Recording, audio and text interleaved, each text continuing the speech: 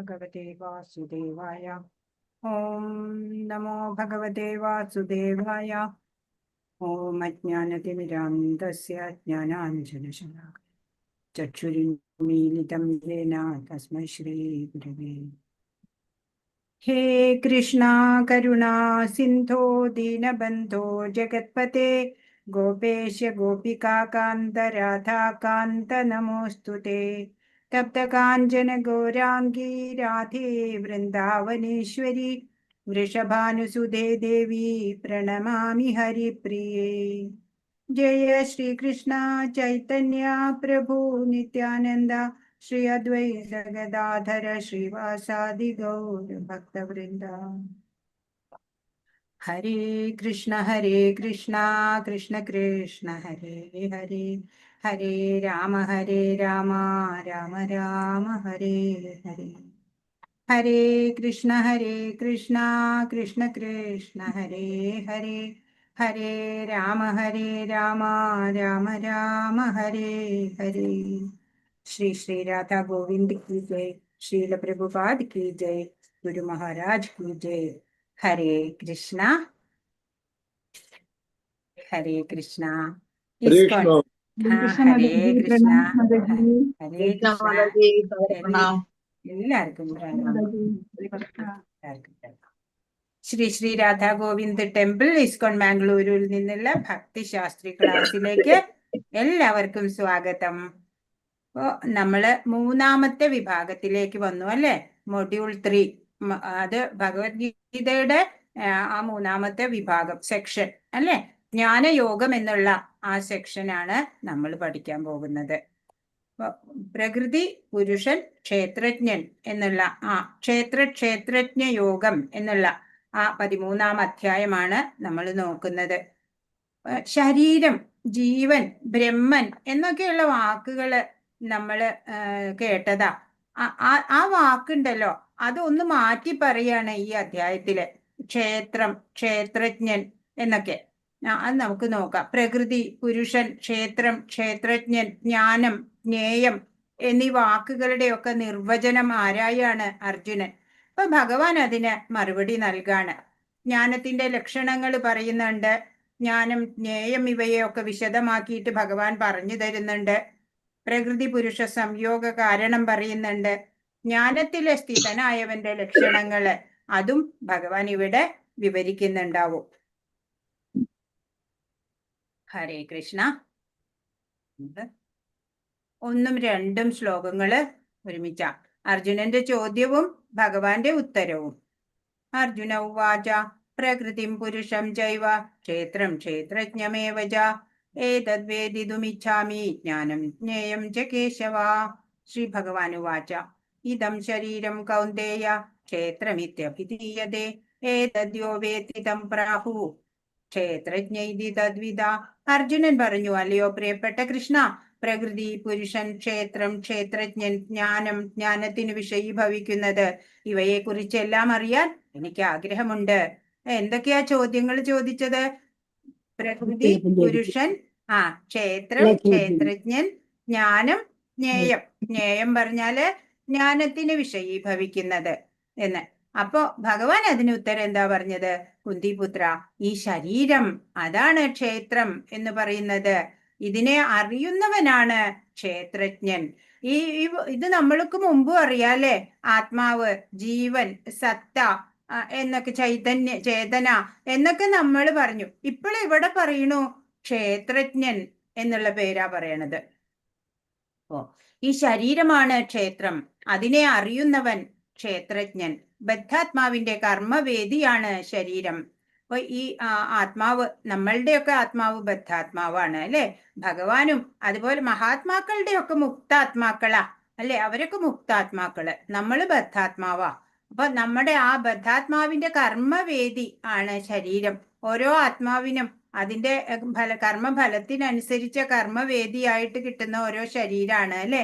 എപ്പോഴും എല്ലാവർക്കും മനുഷ്യന്റെ ശരീരമല്ല കിട്ടുന്നത്. ജീവസത്തയ്ക്ക് ഭൗതിക പ്രകൃതിയുമായി ബന്ധമുണ്ടാകുന്നത് എങ്ങനെയെന്നും പലവിധം ഫലോധിഷ്ഠ കർമ്മങ്ങളിലൂടെയും ജ്ഞാനാർജനത്തിലൂടെയും ഭക്തിഭരിതമായ സേവനത്തിലൂടെയും ജീവന് മോചനം കിട്ടുന്നത് എങ്ങനെയെന്നും ഈ അധ്യായം തൊട്ട് വിവരിക്കുകയാണ് ഭഗവാൻ. ഹരേ കൃഷ്ണ. ഇപ്പൊ പ്രകൃതി, പുരുഷൻ, ക്ഷേത്രം, ക്ഷേത്രജ്ഞൻ, ജ്ഞാനം, ജ്ഞാനവിഷയം ഇവയെക്കുറിച്ചാണ് അർജുനൻ ചോദിക്കുന്നത്. ശരീരമാണ് ക്ഷേത്രം എന്ന് ഭഗവാൻ പറഞ്ഞു തന്നു. ആ ശരീരത്തെ അറിയുന്ന ആള് ക്ഷേത്രജ്ഞനാണ് എന്നും, ബദ്ധനായ ആത്മാവിന്റെ കർമ്മവേദി ശരീരമാണ്. ഈ ബദ്ധ ജീവാത്മാവ് എന്ന് എന്താ പറയണേ? അവര് ഭൗതികതയിൽ കുടുങ്ങി കിടക്കുകയാണ് അല്ലെ?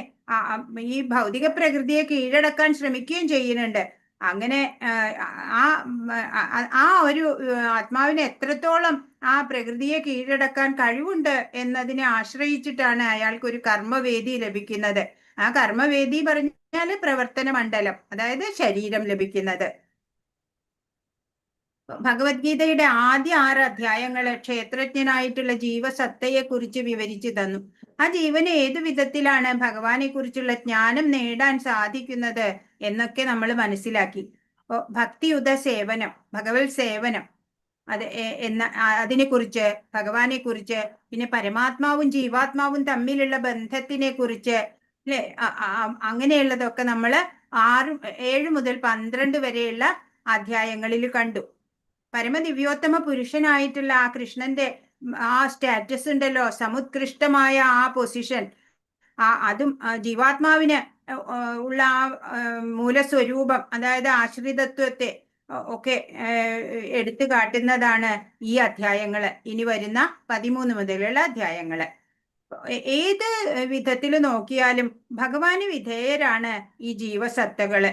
അത് മറന്നു പോകുന്ന വേളയിലാണ് അവർക്ക് ക്ലേശങ്ങൾ അനുഭവിക്കേണ്ടി വരുന്നത്. അപ്പോ നല്ല കർമ്മങ്ങളൊക്കെ ചെയ്യാം.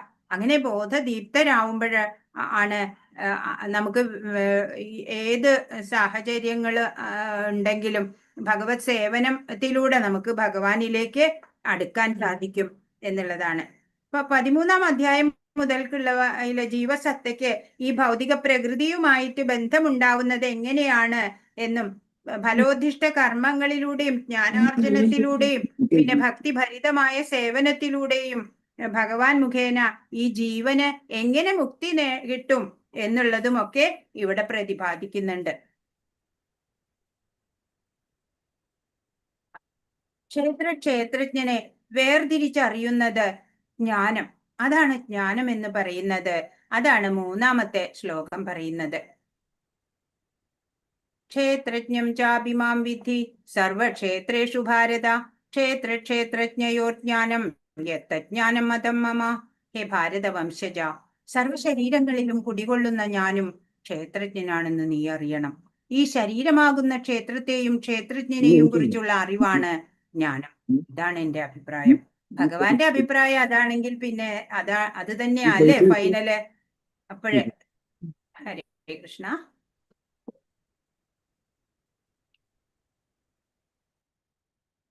അപ്പൊ ഭഗവാൻ എന്താ പറയണേ? എല്ലാ ശരീരങ്ങളിലും കുടികൊള്ളുന്ന ആ ഭഗവാനും ക്ഷേത്രജ്ഞൻ തന്നെയാണ് എന്ന്. ഭഗവാൻ ചരാചരാത്മാവാണ് അല്ലെ? ചരങ്ങളിലും അചരങ്ങളിലും എല്ലാം ഭഗവാൻ കുടികൊള്ളുന്നുണ്ട്. ഈ ശരീരമാകുന്ന ക്ഷേത്രത്തിനെയും ക്ഷേത്രജ്ഞനെയും കുറിച്ചുള്ള അറിവിനെയാണ് ജ്ഞാനം എന്ന് പറയാം. അതാണ് ശരിക്കുള്ള ജ്ഞാനം. അഥവാ ഓരോ ശരീരത്തിലും 2 തരത്തിലുള്ള ആത്മാക്കളുണ്ട്.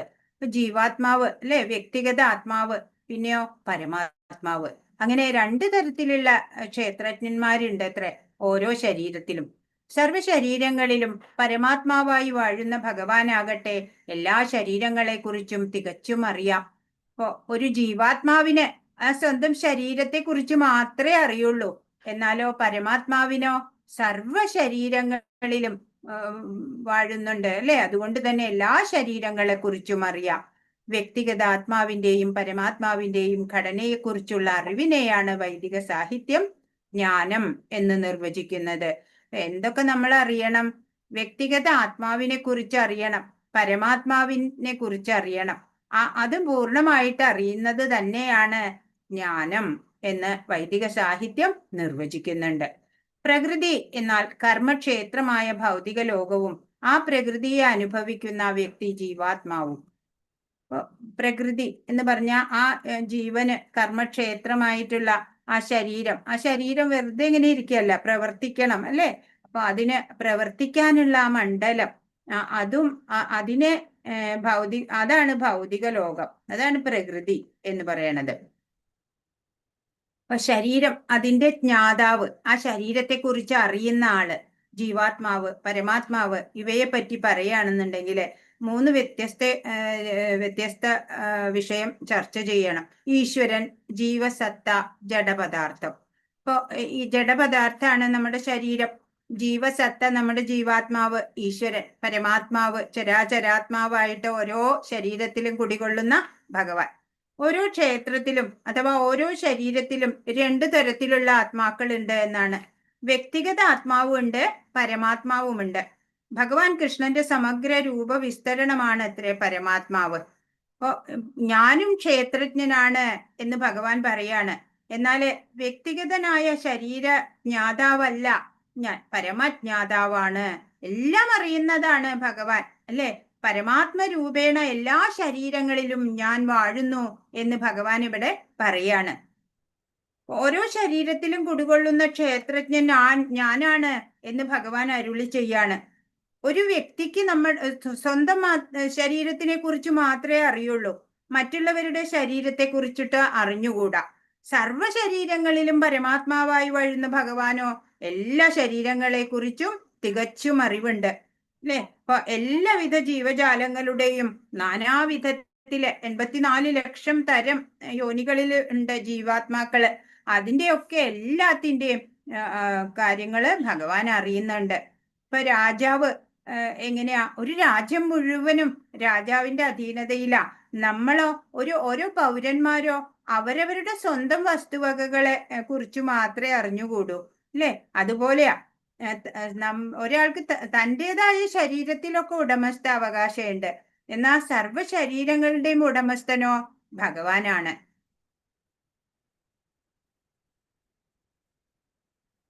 വേദങ്ങളിൽ പറയുന്നുണ്ട്, ക്ഷേത്രാണി ഹി ശരീരാണി ബീജം ചാഭിശുഭാശുഭേ താനി വേത്തി യോഗാത്മാ തത് ക്ഷേത്രജ്ഞ ഉച്യതേ. ക്ഷേത്രം എന്ന് പറയപ്പെടുന്ന ഈ ശരീരത്തിൽ അതിന്റെ ഉടമയായ ജീവാത്മാവും ശരീരത്തെയും അതിന്റെ ഉടമയെയും അറിയുന്ന ഭഗവാനും വാഴുന്നു. അതുകൊണ്ട് ഭഗവാൻ സർവക്ഷേത്രങ്ങളുടെയും ക്ഷേത്രജ്ഞൻ എന്നറിയപ്പെടുന്നു. ഭഗവാൻ സർവക്ഷേത്രങ്ങളുടെയും ക്ഷേത്രജ്ഞനാണ്. ജീവാത്മാവോ സ്വന്തം ശരീരത്തിന്റെ മാത്രം ക്ഷേത്രജ്ഞനാണ്.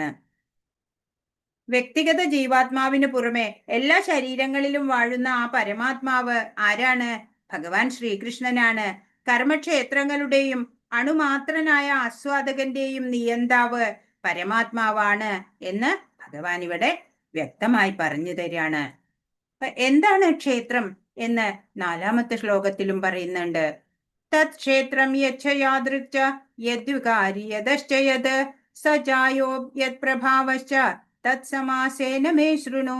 ഈ കർമ്മക്ഷേത്രം, അതിന്റെ ഘടന, അതിന് നേരിടുന്ന മാറ്റങ്ങൾ, അതിന്റെ ഉദ്ഭവകാലം, കർമ്മക്ഷേത്രങ്ങളുടെ ജ്ഞാതാവിന്റെ സ്വാധീനത, ഇവയെക്കുറിച്ചെല്ലാം ഞാൻ സംക്ഷിപ്തമായി പറഞ്ഞു തരാം, ദയവായി കേൾക്കൂ. എന്തിനെ കുറിച്ചൊക്കെയാ ഭഗവാൻ ഇവിടെ പറയാൻ പോകുന്നത്? ഈ കർമ്മക്ഷേത്രവും അതിന്റെ ഘടനയും, പിന്നെ അതിന് വരുന്ന മാറ്റങ്ങള്, അതിന്റെ ഉത്ഭവകാലം, കർമ്മക്ഷേത്രങ്ങളുടെ ഒക്കെ ജ്ഞാതാവ്, അറിയുന്ന ആള്, ജ്ഞാതാവിന്റെ സ്വാധീനത എത്ര കണ്ടുണ്ട്, ഇതിനെ കുറിച്ചൊക്കെ സംക്ഷിപ്തമായിട്ടേ പറയുള്ളൂ കേട്ടോ. ചെറുതായിട്ട് വിശദീകരിച്ച് പറയണില്ല.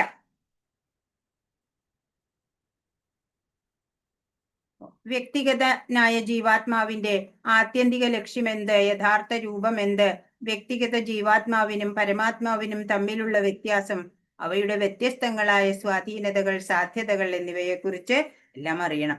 ഈ ശരീരത്തിന്റെ ഘടന എങ്ങനെയാണ്, അത് ഏതെല്ലാം പദാർത്ഥങ്ങളെ കൊണ്ടാണ് നിർമ്മിക്കപ്പെട്ടത്, ആരുടെ വരുതിയിലാണ് ഇതിന്റെ പ്രവർത്തനം നടക്കുന്നത്, ഇതിന് എപ്രകാരമാണ് മാറ്റങ്ങൾ വരുന്നത്, ആ മാറ്റങ്ങളുടെ ഉൽപ്പത്തി എവിടെ നിന്നാണ്, കാരണങ്ങൾ എന്താണ്, വ്യക്തിഗത ജീവാത്മാവിന്റെ ആത്യന്തിക ലക്ഷ്യം എന്താണ്, യഥാർത്ഥ രൂപം എന്താണ് എന്നെല്ലാം നമ്മൾക്ക് അറിയേണ്ട കാര്യങ്ങൾ തന്നെയാണ്. അപ്പോൾ വ്യക്തിഗത ജീവാത്മാവിനും പരമാത്മാവിനും തമ്മിലുള്ള വ്യത്യാസം, അവയുടെ വ്യത്യസ്തങ്ങളായ സ്വാധീനതകൾ ഏതൊക്കെയാണ്, പിന്നെ സാധ്യതകൾ എന്താണ് എന്നിവയെ കുറിച്ചൊക്കെയും നമ്മൾ അറിയേണ്ടതുണ്ട്. അതെല്ലാം സംക്ഷിപ്തമായിട്ട് പറഞ്ഞു തരാമെന്ന് പറയാണ്. എന്തുകൊണ്ടാണ് സംക്ഷേപിച്ചു മാത്രം പറയാമെന്ന് ഭഗവാൻ പറയണത്? അതാണ് 5-ാമത്തെ ശ്ലോകം പറയണത്. ഋഷിഭിർബഹുധാ ഗീതം ഛന്ദോഭിർവിവിധൈ പൃഥക് ബ്രഹ്മസൂത്രപദൈശ്ചൈവ ഹേതുമദ്ഭിർവിനിശ്ചിതൈ. പ്രവർത്തന മേഖലയെയും അതിന്റെ ജ്ഞാതാവിനെയും കുറിച്ചുള്ള ജ്ഞാനം വിവിധ വൈദിക കൃതികളിലൂടെ ഋഷീശ്വരന്മാർ നൽകിയിട്ടുണ്ട്. വിശേഷിച്ച് വേദാന്ത സൂത്രത്തിൽ കാര്യകാരണ സഹിതം ഇത് സമർത്ഥിക്കപ്പെട്ടിരിക്കുന്നു. എല്ലാ അറിവും ഭഗവാനിൽ നിന്ന് വന്നതാണ് എന്നാണ് പറഞ്ഞിട്ടുള്ളത്, അല്ലെ? ഭഗവാനിൽ നിന്ന് തന്നെയാണ് എല്ലാ അറിവും വരുന്നത്. പക്ഷെ ഭഗവാൻ ഇവിടെ എന്താ പറയണേ? അനവധി ഋഷിമാര് ഇങ്ങനെ പറഞ്ഞിട്ടുണ്ട് എന്നാണ്. ശാസ്ത്രങ്ങളിലൊക്കെ നോക്കിയാ അങ്ങനെയാ കാണുക. എന്താ അപ്പൊ കാണുക? ഈ ഇതി ശുശ്രൂമധീരാണാം എന്നാ പറയാ. അത് ഉപനിഷത്തുകളിലും ഒക്കെ. ഭഗവാന് ഒന്നിന്റെയും ക്രെഡിറ്റ് വേണ്ട. ഭഗവാന്റെ ശ്വാസമാണ് വേദം. ഭഗവാനിൽ നിന്നാ എല്ലാം അറിവും വന്നിട്ടുള്ളത്. പക്ഷെ ഭഗവാൻ പറയണത് ഋഷിമാര് പണ്ട് പറഞ്ഞിട്ടുണ്ട്, ഋഷിമാരാല് അറിവ് നൽകപ്പെട്ടിട്ടുണ്ട് എന്നൊക്കെയാണ്. 4-ാം ശ്ലോകത്തിൽ പറഞ്ഞത് സംഗ്രഹിച്ച് പറയുന്നു എന്ന്, അല്ലെ? പിന്നെ വേദാന്ത സൂത്രത്തില് ആണ് അത് വിശദമായിട്ട് പറയുന്നത്. പരാശര മുനി, അതായത് വ്യാസപിതാവ് പറഞ്ഞു, നമ്മൾ ആത്മീയം തന്നെയാണ്. എന്നാൽ നമ്മള് കർമ്മഫലം അനുസരിച്ച് ചിലപ്പോ ഉയർന്നതും ചിലപ്പോ അധമവും ആയിട്ടുള്ള പല ശരീരങ്ങൾ നമുക്ക് എടുക്കേണ്ടി വരികയാണ്. അപ്പൊ അജ്ഞാനം കൊണ്ട് നമ്മൾ എന്താ കരുതണത്? ഞാന് മനുഷ്യനാണ്, അല്ലെങ്കിൽ പുരുഷനാണ്, അല്ലെങ്കിൽ നായ, മരം, അങ്ങനെയൊക്കെ ആനയാണ് ഞാൻ, അങ്ങനെയൊക്കെ നമ്മൾ ഇങ്ങനെ വിചാരിക്കുകയാണ് വെറുതെ. അപ്പൊ യുക്തി വിചാരത്തോടെ സംശയലേശമന്യേ നിങ്ങളുടെ ഓരോ ചോദ്യത്തിനും ഉത്തരം ഋഷിമാർ തരുന്നുണ്ട് എന്ന് ഭഗവാൻ ഇവിടെ പറയാണ്. വേദാന്ത സൂത്രം ദ്വൈത ഭാവത്തെ പറ്റി പൂർണ്ണമായി വിവരിച്ചിട്ടുണ്ട്. ദ്വൈതഭാവം എന്ന് പറഞ്ഞാൽ രണ്ടായിട്ട്. നമ്മൾ ഒരിക്കലും ഭഗവാനോട് തുല്യരല്ല, അല്ലെ? ഭഗവാൻ പരമാത്മാവ്, നമ്മളൊക്കെയോ ആ അണുപ്രായനായിട്ടുള്ള ഭഗവാന്റെ ചെറിയ ഒരു സ്ഫുലിംഗം, അല്ലെ? അംശം മാത്രം. ഭൗതികതയിലുള്ള പരമപുരുഷ സാക്ഷാത്കാരമാണ് അന്നമയം. അതിവിടെയാ വരണേ, അല്ലെ? 5-ാമത്തെ ശ്ലോകത്തിലാണ്. അപ്പോ അവബോധ തലങ്ങളാണ് ഇവിടെ പറയണത്. ബ്രഹ്മപുച്ഛം എന്നൊക്കെയുള്ള പുതിയ വാക്കുകളൊക്കെ നമുക്ക് ഇവിടെ കാണാൻ പറ്റും. അപ്പൊ സാക്ഷാത്കാരത്തിന്റെ 5 തലങ്ങളാണ് ഇവിടെ പറയാൻ പോകുന്നത്. അപ്പൊ പറഞ്ഞു, സോൾ ഉണ്ട്, സൂപ്പർ സോൾ ഉണ്ട്. ഇവ തമ്മിലുള്ള വ്യത്യാസം, അല്ലെ? ആത്മാവ് ത്രിഗുണ പ്രഭാവത്താല് ഉള്ളതാണ് ആത്മാവ് എന്ന് പറയുന്നത്. പരമാത്മാവാണെങ്കിലോ ത്രിഗുണാതീതന, അല്ലെ? പരമാത്മാവിനെ ത്രിഗുണങ്ങളൊന്നും ബാധിക്കുന്നില്ല. ഇപ്പൊ ഡിഫറെന്റ് ആംഗിളിൽ നോക്കുമ്പോൾ ഈ ടെക്നിക്കൽ ആസ്പെക്ട് പോലെ ഇങ്ങനെ പറയാണ്. ഈ എന്താണ് ഈ പറഞ്ഞു, കർമ്മരംഗമാണ് ക്ഷേത്രം എന്ന് പറഞ്ഞു. ക്ഷേത്രജ്ഞര് 2 തരത്തിലുണ്ട് എന്ന് പറഞ്ഞു, വ്യക്തിഗത ജീവസത്തയും പരമാത്മാവും. അപ്പോ ബ്രഹ്മപുച്ഛം പ്രതിഷ്ഠ എന്ന് തൈത്തരീയ ഉപനിഷത്തിൽ പറയുന്നുണ്ട്. ഭഗവത് ശക്തിയുടെ ഒരു ആവിഷ്കാരം, അതാണ് ഇവിടെ പറയുന്നത്. ബ്രഹ്മസാക്ഷാത്കാരത്തിന് ഇങ്ങനെ 5 ഘട്ടങ്ങളുണ്ട്. ഇതിനെയാണ് ബ്രഹ്മപുച്ഛം എന്ന് പറയണത് എന്ന്. അതൊന്നും കൂടി വിശദാക്കിയിട്ട് പറഞ്ഞു തരാം. 5 സ്റ്റേജസ് ആണ് ഇവിടെ പറഞ്ഞിട്ടുള്ളത്. 665-ാമത്തെ പേജിൽ നോക്കിയാൽ നമുക്ക് കാണാൻ പറ്റും. അന്നമയം, പ്രാണമയം എന്നൊക്കെ. ഇവിടെ എന്താ പറഞ്ഞിട്ടുള്ളത് നോക്കട്ടെ. ഭൗതികതയിലുള്ള പരമപുരുഷ സാക്ഷാത്കാരമാണ് അന്നമയം. പ്രാണമയം എന്ന് പറഞ്ഞാൽ അന്നമയ സാക്ഷാത്കാരത്തിനപ്പുറം നിരപേക്ഷ തത്വത്തെ ജീവലക്ഷണങ്ങളിൽ അഥവാ ജീവനുള്ള രൂപങ്ങളിൽ സാക്ഷാത്കരിക്കാം. ജ്ഞാനമയത്തിലാവുമ്പോൾ ജീവലക്ഷണങ്ങൾക്കപ്പുറം വിചാരം, വികാരം, ഇച്ഛ എന്നിവ സാക്ഷാത്കാരമായി. വിജ്ഞാനമയം എന്ന് പറഞ്ഞാൽ പിന്നെയുള്ളത് വിജ്ഞാനമയം എന്ന ബ്രഹ്മ സാക്ഷാത്കാരം. ഇതിൽ മനസ്സും ജീവലക്ഷണങ്ങളും ജീവസത്തയിൽ നിന്ന് ഭിന്നങ്ങളായി അറിയപ്പെടുന്നു. ആനന്ദമയം, സർവോത്കൃഷ്ടമായ പരമാനന്ദത്തിന്റെ സാക്ഷാത്കാരം. ഇതിനെയെല്ലാം ബ്രഹ്മപുച്ഛമെന്ന് പറയപ്പെടുന്നു. അപ്പൊ ഇവിടെ 5 കോശങ്ങളാ പറഞ്ഞിട്ടുള്ളത്. ഒന്ന് അന്നമയം, പ്രാണമയം, പിന്നെയോ അന്നമയം, പ്രാണമയം, ജ്ഞാനമയം, വിജ്ഞാനമയം, ആനന്ദമയം. ഇതൊന്നും കൂടി ഇവിടെ പറഞ്ഞേക്ക് അത് മനസ്സിലാവണില്ല, അല്ലെ? ഇപ്പൊ താഴ്ന്ന തലമാണ് അന്നമയ കോശം എന്നുള്ളത്. അതെങ്ങനെയാന്ന് പറഞ്ഞാല് ഇപ്പൊ മൃഗങ്ങൾക്കൊക്കെ എന്താ ഉണ്ടാവുക, നമ്മളുടെ കുട്ടികളാണെങ്കിൽ, ഏറ്റവും കുഞ്ഞു മക്കളാണെങ്കിൽ എന്ത് ചെയ്യും? എന്ത് കിട്ടിയാലും അത് വായിൽ കൊണ്ടുപോകും അല്ലെ? എന്ത് ബാറ്ററി ആയാലും കൊള്ളാം, എന്താണെങ്കിലും വായിൽ കൊണ്ടുപോകും. അന്നമയ കോശത്തിലാണ് അവരുള്ളത്. മൃഗങ്ങളുടെ ഒക്കെ പോലെയാണ്. അവർക്ക് ആഹാരത്തിനോട് മാത്രമാണ്, അത് ഏറ്റവും ലോവർ ലെവലാണ്. ഇനി കുറച്ചും കൂടി അവബോധം കൂടുമ്പോൾ, അവബോധത്തിന്റെ തലമനുസരിച്ചാണ് അങ്ങനെയുള്ള പ്രവൃത്തി വരുന്നത്. കുറച്ചും കൂടി കൂടിയ അവബോധത്തില്, കോൺഷ്യസ്നെസ് കുറച്ചുകൂടെ കൂടുമ്പോൾ രണ്ടാമത്തെ ഒരു തിരിച്ചറിവ് ആവും. ഞാനൊരു ബോധവാനായ വ്യക്തിയാണ് എന്ന് തോന്നും. എന്റെ സംരക്ഷണമൊക്കെ ഞാൻ തന്നെ നോക്കണം എന്ന് ഉള്ള അറിവുണ്ടാവും. അങ്ങനെ ചിന്തിക്കാൻ തുടങ്ങും. പിന്നെ മൂന്നാമത്തെ എന്ന് പറഞ്ഞാല് ജ്ഞാനമയമാണ് അല്ലേ? അപ്പോള് ഓരോന്ന് അനുഭവിച്ചറിയാൻ തുടങ്ങും. ജീവിതം കൊണ്ടുപോകാനുള്ള ഒരു കഴിവ് നേടിയെടുക്കും. അതുപോലെ ജീവിതത്തിന്റെ മൂല്യം മനസ്സിലാക്കുന്ന സ്റ്റേജാണ് ഈ ജ്ഞാനമയം എന്നുള്ള ആ തലം. അത് കഴിഞ്ഞാല് പിന്നെ വരുന്നത് ഏതാ? ജ്ഞാനമയം ജീവന്റെ മൂല്യം അറിയും. വിജ്ഞാനമയത്തിൽ എത്തുമ്പോ അപ്പോ ഒരു ലെവലും കൂടി അവബോധം കൂടി. അപ്പോഴെന്താ?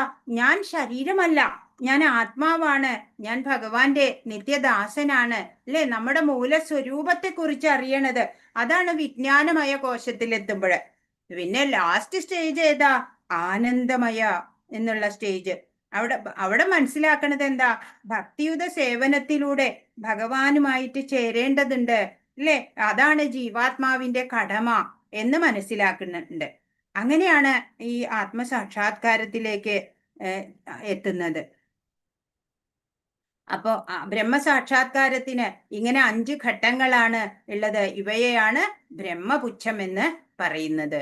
അപ്പൊ ഇവിടെ വായിക്കുമ്പോ അത്രയ്ക്ക് ക്ലിയർ ആവണില്ല. ഇപ്പൊ ഇത് ക്ലിയർ ആയോ? വ്യക്തായോ? വ്യക്തായില്ലേ? ഹരേ കൃഷ്ണ.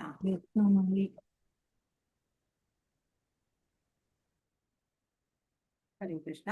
ക്ഷേത്രം എങ്ങനെ ഉണ്ടായി എന്നാണ് 6ഉം 7ഉം ശ്ലോകങ്ങളില് വിവരിക്കുന്നത്. മഹാഭൂതാന്യഹങ്കാരോ ബുദ്ധിരവ്യക്തമേവ ച ഇന്ദ്രിയാണി ദശൈകം ച പഞ്ചചേന്ദ്രിയ ഗോചര ഇച്ഛാദ്വേഷസുഖം ദുഃഖം സംഘാതശ്ചേതനാധൃതി ഏതക്ഷേത്രം സമാസേന സവികാരമുദാഹൃതം. 5 മഹാഭൂതങ്ങൾ, മിഥ്യാഹങ്കാരം, ബുദ്ധി, അവ്യക്തത, 10 ഇന്ദ്രിയങ്ങൾ, മനസ്സ്, 5 ഇന്ദ്രിയ വിഷയങ്ങൾ, രാഗദ്വേഷങ്ങൾ, സുഖദുഃഖങ്ങൾ, സമദൃഷ്ടി, ജീവലക്ഷണങ്ങൾ, ദൃഢവിശ്വാസം എന്നിവയും ചുരുക്കത്തിൽ ക്ഷേത്രമായും അതിന്റെ പ്രതിപ്രവർത്തനങ്ങളായും വിവരിക്കപ്പെട്ടിട്ടുണ്ട്. 24 മൂലകങ്ങൾ അടങ്ങിയതാണ് ക്ഷേത്രം എന്ന് നമ്മൾ പഠിച്ചിട്ടുണ്ട് അല്ലേ? അപ്പൊ അതിന്റെ സ്പ്ലിറ്റപ്പാണ്, അതിന്റെ ഘടനയാണ് ഇവിടെ പറയുന്നത്. എന്തൊക്കെയാണ്? 5 മഹാഭൂതങ്ങള്, മിഥ്യാഹങ്കാരം, ബുദ്ധി, അവ്യക്തത, 10 ഇന്ദ്രിയങ്ങള്, അതൊക്കെ ഇവിടെ ഡീറ്റെയിൽ ആയിട്ടും പറഞ്ഞിട്ടുണ്ട്. ഹരേ കൃഷ്ണ.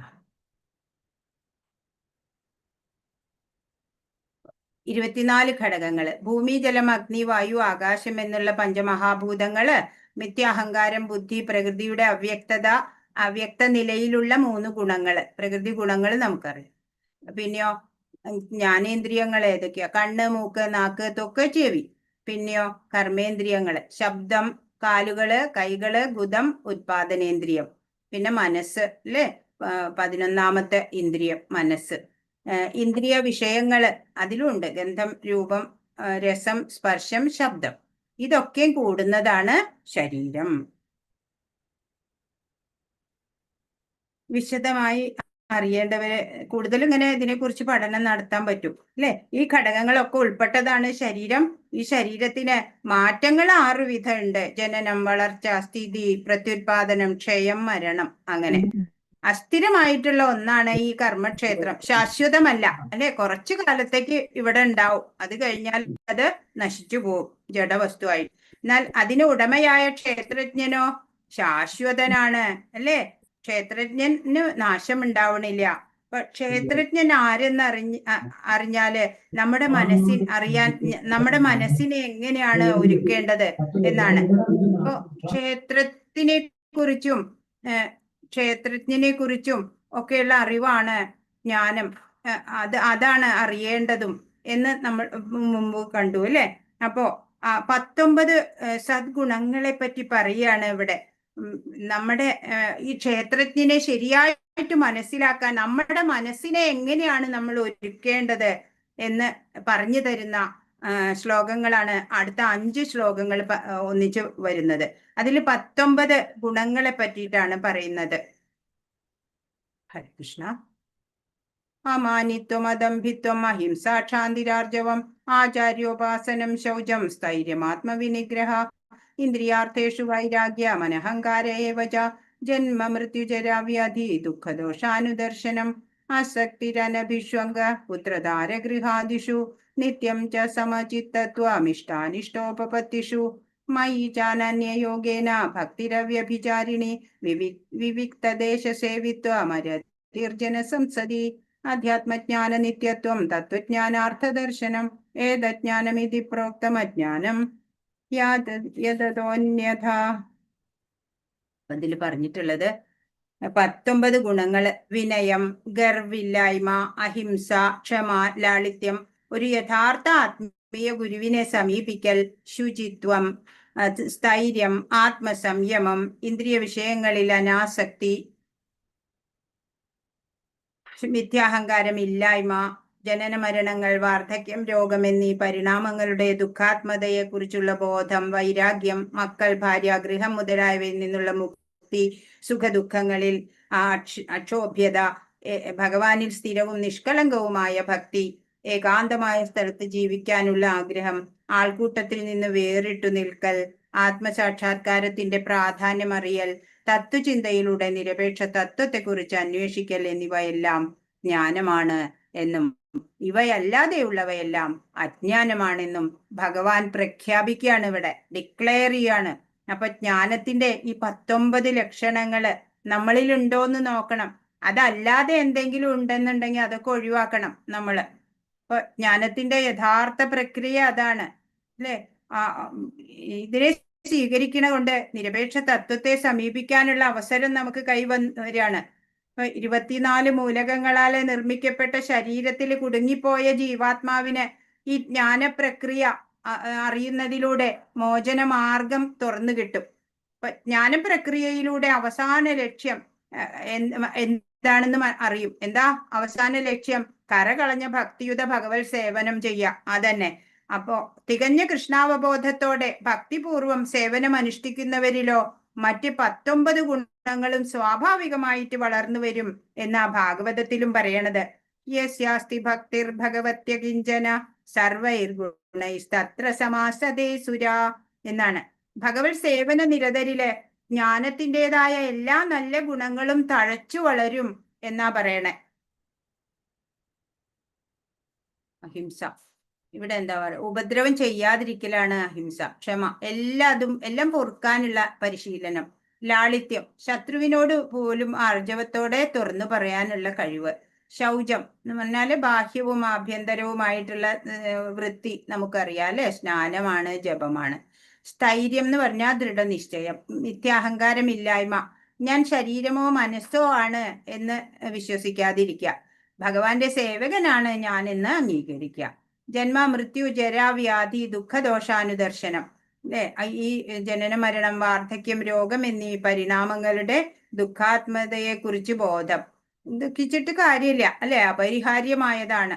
വിരക്തി, എല്ലാം ഉപേക്ഷിക്കുക അല്ലെ, ഭൗതികതയിലുള്ള ആസക്തിയൊക്കെ വേണ്ട.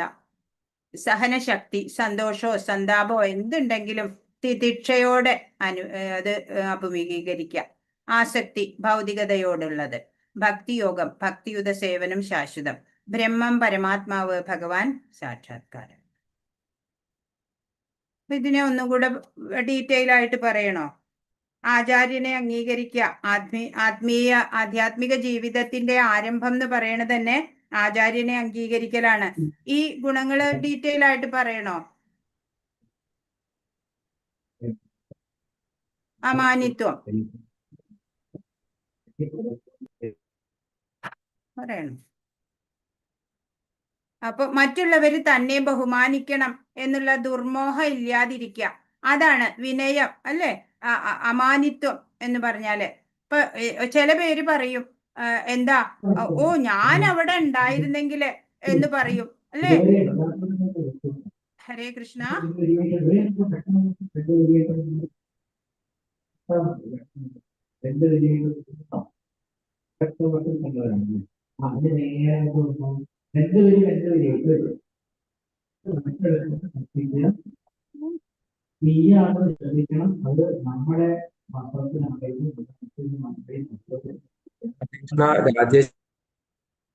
രാഘവ പ്രഭു,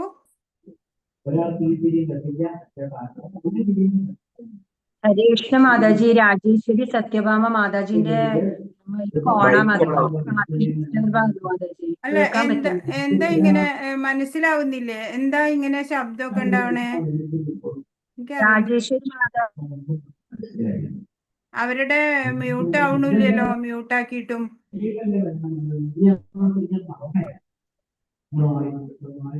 രാജേശ്വരി സത്യഭാമ മാതാജി ഒന്ന് മ്യൂട്ടാക്കൂ മാതാജി. ഹരേ കൃഷ്ണ. രാജേശ്വരി മാതാജി ഒന്ന് മ്യൂട്ടാക്കൂ. കേൾക്കുന്നില്ലേ?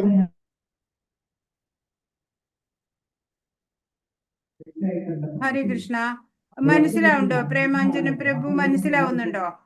മനസ്സിലാവുന്നില്ല മാതാജി. എന്നാൽ ചില കാര്യങ്ങളൊക്കെ ഒന്ന് വിശദീകരിച്ചത് നല്ലതായിരുന്നു. വിശദീകരിക്കാം. അതായത് ഇപ്പൊ ദുർമോഹങ്ങൾ ഉണ്ടാവും അല്ലെ ചില പേർക്ക്, എന്നെ എല്ലാവരും അംഗീകരിക്കണം, ബഹുമാനിക്കണം എന്നൊക്കെ. അതൊക്കെ നല്ലതല്ല എന്ന്. ഇപ്പൊ അദംഭിത്വം എന്നൊക്കെ പറഞ്ഞാല് ദമ്പ് കാണിക്കാൻ വേണ്ടിയിട്ട് കേറി അങ്ങ് അഭിപ്രായം പറയും ചില പേര്, അല്ലെ? നമ്മളോട് അഭിപ്രായം ചോദിച്ചാൽ മാത്രം മറുപടി പറഞ്ഞാൽ മതി നമ്മള്, അല്ലെ? അതാണ് ഒരു ജ്ഞാനിയുടെ ലക്ഷണം. അല്ലാതെ ആളാവാൻ വേണ്ടിയിട്ടൊന്നും പറയാൻ നിൽക്കണ്ട.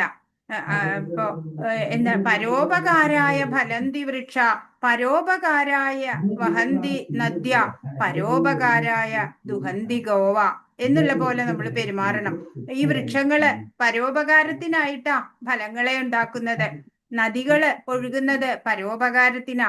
അതുപോലെ പശുക്കള് പാല് ചുരത്തുന്നത് പരോപകാരത്തിനാ, അവർക്ക് വേണ്ടിയല്ല. അതുപോലെ ആവണം ഒരു വ്യക്തി, ഒരു ജ്ഞാനി. അങ്ങനെയാണ് ആവുക. അവനവൻ ആത്മസുഖത്തിനാചരിക്കുന്നവ അപരന് സുഖത്തിനായി വരേണം. വളരെ ഡിസ്റ്റർബൻസ് ഉണ്ടാക്കണു കേട്ടോ ഇവര്.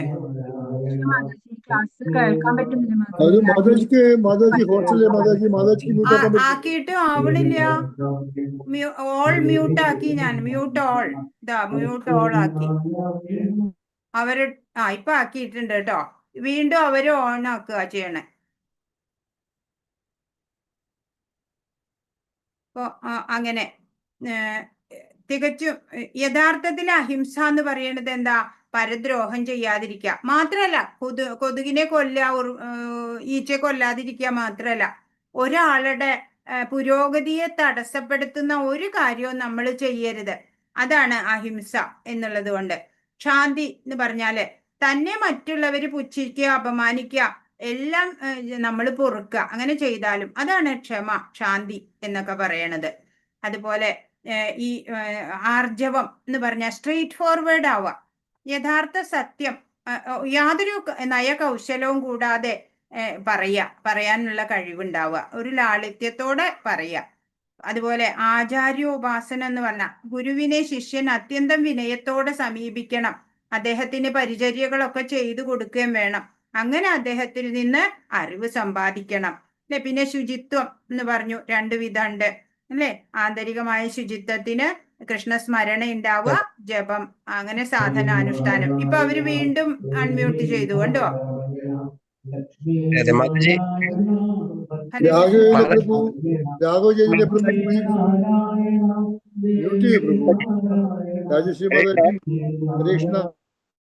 ഇപ്പൊ ഞാൻ മ്യൂട്ട് ചെയ്തു, പക്ഷെ അവര് വീണ്ടും അൺമ്യൂട്ട് ആക്കും.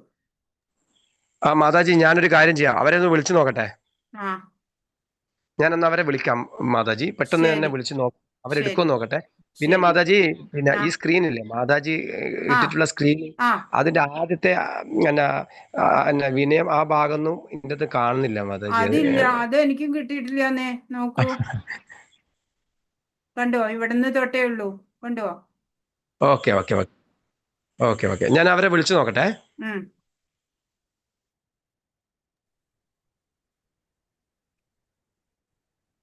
Okay okay okay Mataji, okay okay.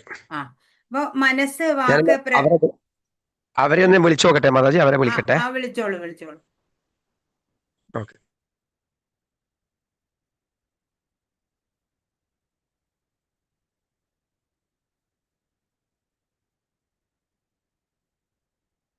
ശരീരത്തിന് മാത്രമല്ല, മനസ്സ്, വാക്ക്, പ്രവൃത്തി എല്ലാം ശുദ്ധമായിരിക്കണം.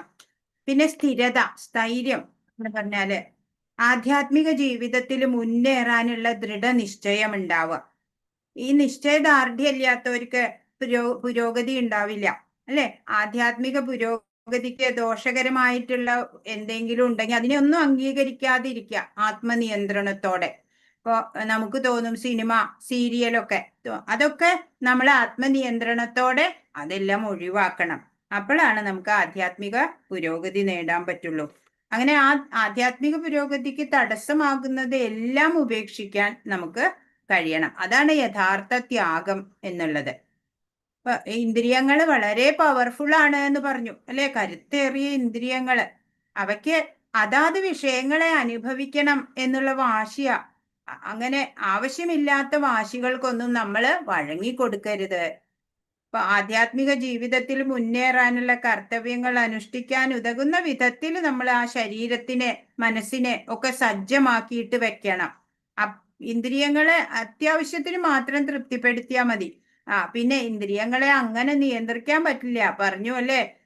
എന്താ, അംബരീഷ് മഹാരാജാവിന്റെ പോലെ എല്ലാ ഇന്ദ്രിയങ്ങളെയും ഭഗവത് സേവന നിരതമാക്കാൻ സാധിക്കണം, അല്ലെ? നവധാ ഭക്തി സാധനകളും അനുഷ്ഠിക്കാൻ സാധിക്കണം. പ്രഭു, അവര് ടെമ്പിളിലാണോ?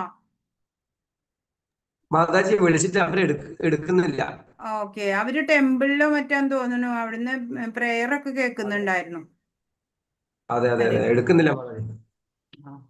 ഹരേ കൃഷ്ണ. അപ്പോഴ് അങ്ങനെ നമ്മള് സ്വയം നമ്മൾ പ്രയത്നിക്കണം. അപ്പോഴാ നമുക്ക് ആത്മീയ പുരോഗതി ഉണ്ടാവുള്ളൂ. ഏറ്റവും നിയന്ത്രിക്കാൻ വിഷമുള്ളതും ഏറ്റവും പ്രധാനമായിട്ടുള്ള ഇന്ദ്രിയം നാവ് തന്നെയാ. ഇതിനെ നിയന്ത്രിച്ചു കഴിഞ്ഞാല് എല്ലാ ഇന്ദ്രിയങ്ങളെയും നിയന്ത്രിക്കാൻ സാധിക്കും എന്നാ പറയാ. അപ്പൊ ഭഗവാന് നിവേദിച്ച പ്രസാദം മാത്രം നമ്മൾ കഴിക്കുന്നതിലൂടെ, പിന്നെ മന്ത്രജപത്തിലൂടെ ഒക്കെ നമുക്ക് ആ നാവിന്റെ ത്വരയൊക്കെ കീഴടക്കാൻ പറ്റും. ബൃഹദാരണ്യക ഉപനിഷത്തിൽ പറയുന്നുണ്ട്, അഹം ബ്രഹ്മാസ്മി, ഞാൻ ബ്രഹ്മമാണ്, ആത്മാവാണ്. ഈ അഹംബോധം, ആത്മസാക്ഷാത്കാരം നേടിയ മുക്താവസ്ഥ ഉള്ളവർക്കും കിട്ടും, ഞാൻ ഭഗവാനാണ് എന്നൊക്കെ. ഇപ്പൊ ഈ നശ്വരമായിട്ടുള്ള ഈ ശരീരത്തിൽ ഇരുന്നു കൊണ്ട് അങ്ങനെ അഹംഭാവം ഒന്നും നടത്താൻ നല്ലതല്ല, അല്ലെ? അതൊന്നും ഈ ആത്മീയ പുരോഗതിക്ക് യോജിക്കില്ല. ഇപ്പൊ ജനന മരണം, വാർദ്ധക്യം, രോഗം എന്നിവയിലുള്ള ക്ലേശങ്ങളെ കുറിച്ചൊക്കെ നമ്മൾ ഓർമ്മിക്കണം. ഇപ്പൊ ജനനത്തെ വിവരിച്ച് കാണിക്കുന്നുണ്ട് വൈദിക സാഹിത്യങ്ങള്. ജനനത്തിനെയും മരണത്തിനെയും ഒക്കെ വിവരിക്കുന്നുണ്ട്. രണ്ടും വളരെ ബുദ്ധിമുട്ട് നിറഞ്ഞ കാര്യങ്ങളാ. ഭ്രൂണാവസ്ഥയിലൊക്കെ ഇരിക്കുമ്പോൾ എന്തെല്ലാം കഷ്ടപ്പാടല്ലേ സഹിക്കേണ്ടി വരുന്നത്. ജനന ആവണോടുകൂടി അതെല്ലാം നമ്മൾ മറന്നു പോണ കൊണ്ടാണ് പിന്നെയും പിന്നെയും ഈ ജനിമൃതികളിൽ വരാൻ നമുക്ക് തോന്നുന്നത്. അതുപോലെ മരണം, അല്ലെ? രോഗം, വാർദ്ധക്യം, ഇതൊക്കെ രോഗിയാവാനൊന്നും ആർക്കും ഇഷ്ടമല്ല. പക്ഷെ ഈ അവസ്ഥാന്തരങ്ങളിൽ നിന്നൊന്നും ഒരാൾക്കും മോചനം ഉണ്ടാവില്ല, അല്ലെ? മരണകാലത്തെ പീഡകളെ കുറിച്ചൊക്കെ സ്മരിക്കുമ്പോ, അല്ലെ, വളരെ കഷ്ടമായിട്ടുള്ള കാര്യങ്ങളാണ്. ഇപ്പൊ നമ്മൾ ജനന മരണങ്ങളെ ഒക്കെ ഒഴിവാക്കാനുള്ള മാർഗമായിട്ടുള്ള ആത്മീയതയിലേക്കാണ് നമ്മൾ വരേണ്ടത്. പിന്നെ ഭാര്യ, മക്കള്, ഗൃഹം, അങ്ങനെയുള്ള അറ്റാച്ച്മെന്റ് ഒക്കെ ഒഴിവാക്കുക. അവരോട് സ്നേഹം ഇല്ലാതിരിക്കുക എന്നല്ല, സ്വാഭാവികമായിട്ട് സ്നേഹമൊക്കെ വേണം. പക്ഷെ ആത്മീയ പുരോഗതിക്ക് വിഘ്നമാവുന്ന തരത്തില് ഉള്ള താല്പര്യം ഉണ്ടല്ലോ അവരോട്, അതൊക്കെ ഒന്ന് നിയന്ത്രിക്കുക. അത്രേ ചെയ്യേണ്ടതുള്ളൂ. പിന്നെ ഭൗതിക ജീവിതത്തിന്റെ ഒഴിച്ചുകൂടാത്ത ഘടകങ്ങളാണ് സന്തോഷം, സന്താപം. ഇതൊക്കെ സാമാന്യന ഇഷ്ടലാഭത്തില് സന്തോഷം ഉണ്ടാവും, എന്നാൽ അനിഷ്ടം നേരിട്ടാലോ ദുഃഖം വരും, അല്ലെ? അപ്പോ ആധ്യാത്മിക തലത്തിൽ ഉറച്ചു നിന്നാല് നമ്മളെ ഇതൊന്നും ഒരു അലട്ടില്ല. ഭഗവാന്റെ ഇച്ഛ എന്താണോ അത് നടക്കട്ടെ, അങ്ങനെ നമുക്ക് തോന്നല് വരും. പിന്നെ നമ്മൾ ആധ്യാത്മിക ജീവിതത്തോട് ഇണങ്ങിച്ചേരാൻ പോകുന്നവര് ഈ ഭൗതികരായവരോട്, ഭൗതിക ആസക്തി കൂടുതലുള്ളവരുമായിട്ട് അധികം കൂട്ടുകെട്ടൊന്നും ചെയ്യണത് നല്ലതല്ല. നമ്മൾ ആ സമയം എന്തിനാ വേണ്ടിയിട്ട് ഉപയോഗിക്കണേ? തത്വജ്ഞാനനിഷ്ഠമായിട്ടുള്ള വിവേകത്തോടെ ആത്മാവിനെ കുറിച്ച് അറിയാൻ വേണ്ടി ശ്രമിക്കണം എന്നാ ഭഗവത്ഗീത പറഞ്ഞു തരുന്നത്. പിന്നെ ഭക്തിയോഗം പ്രായോഗികമാക്കുക, അല്ലെ? അതാണ് ഭഗവത്ഗീതയെ പറയുന്നത്. വ്യക്തിഗത ആത്മാവ് പരമാത്മാവിന് ചെയ്യുന്ന സേവനം, അതാണ് ശാശ്വതമായിട്ട് നിലനിൽക്കുള്ളൂ. ഇപ്പോ ഭക്തി അല്ലെങ്കിൽ ഭക്തിയുത സേവനം അത് ശാശ്വതാണ്. ഇത് ഒരാൾ വ്യക്തമായിട്ട് മനസ്സിലാക്കി അതിനു വേണ്ടിയിട്ട് പ്രയത്നിക്കണം.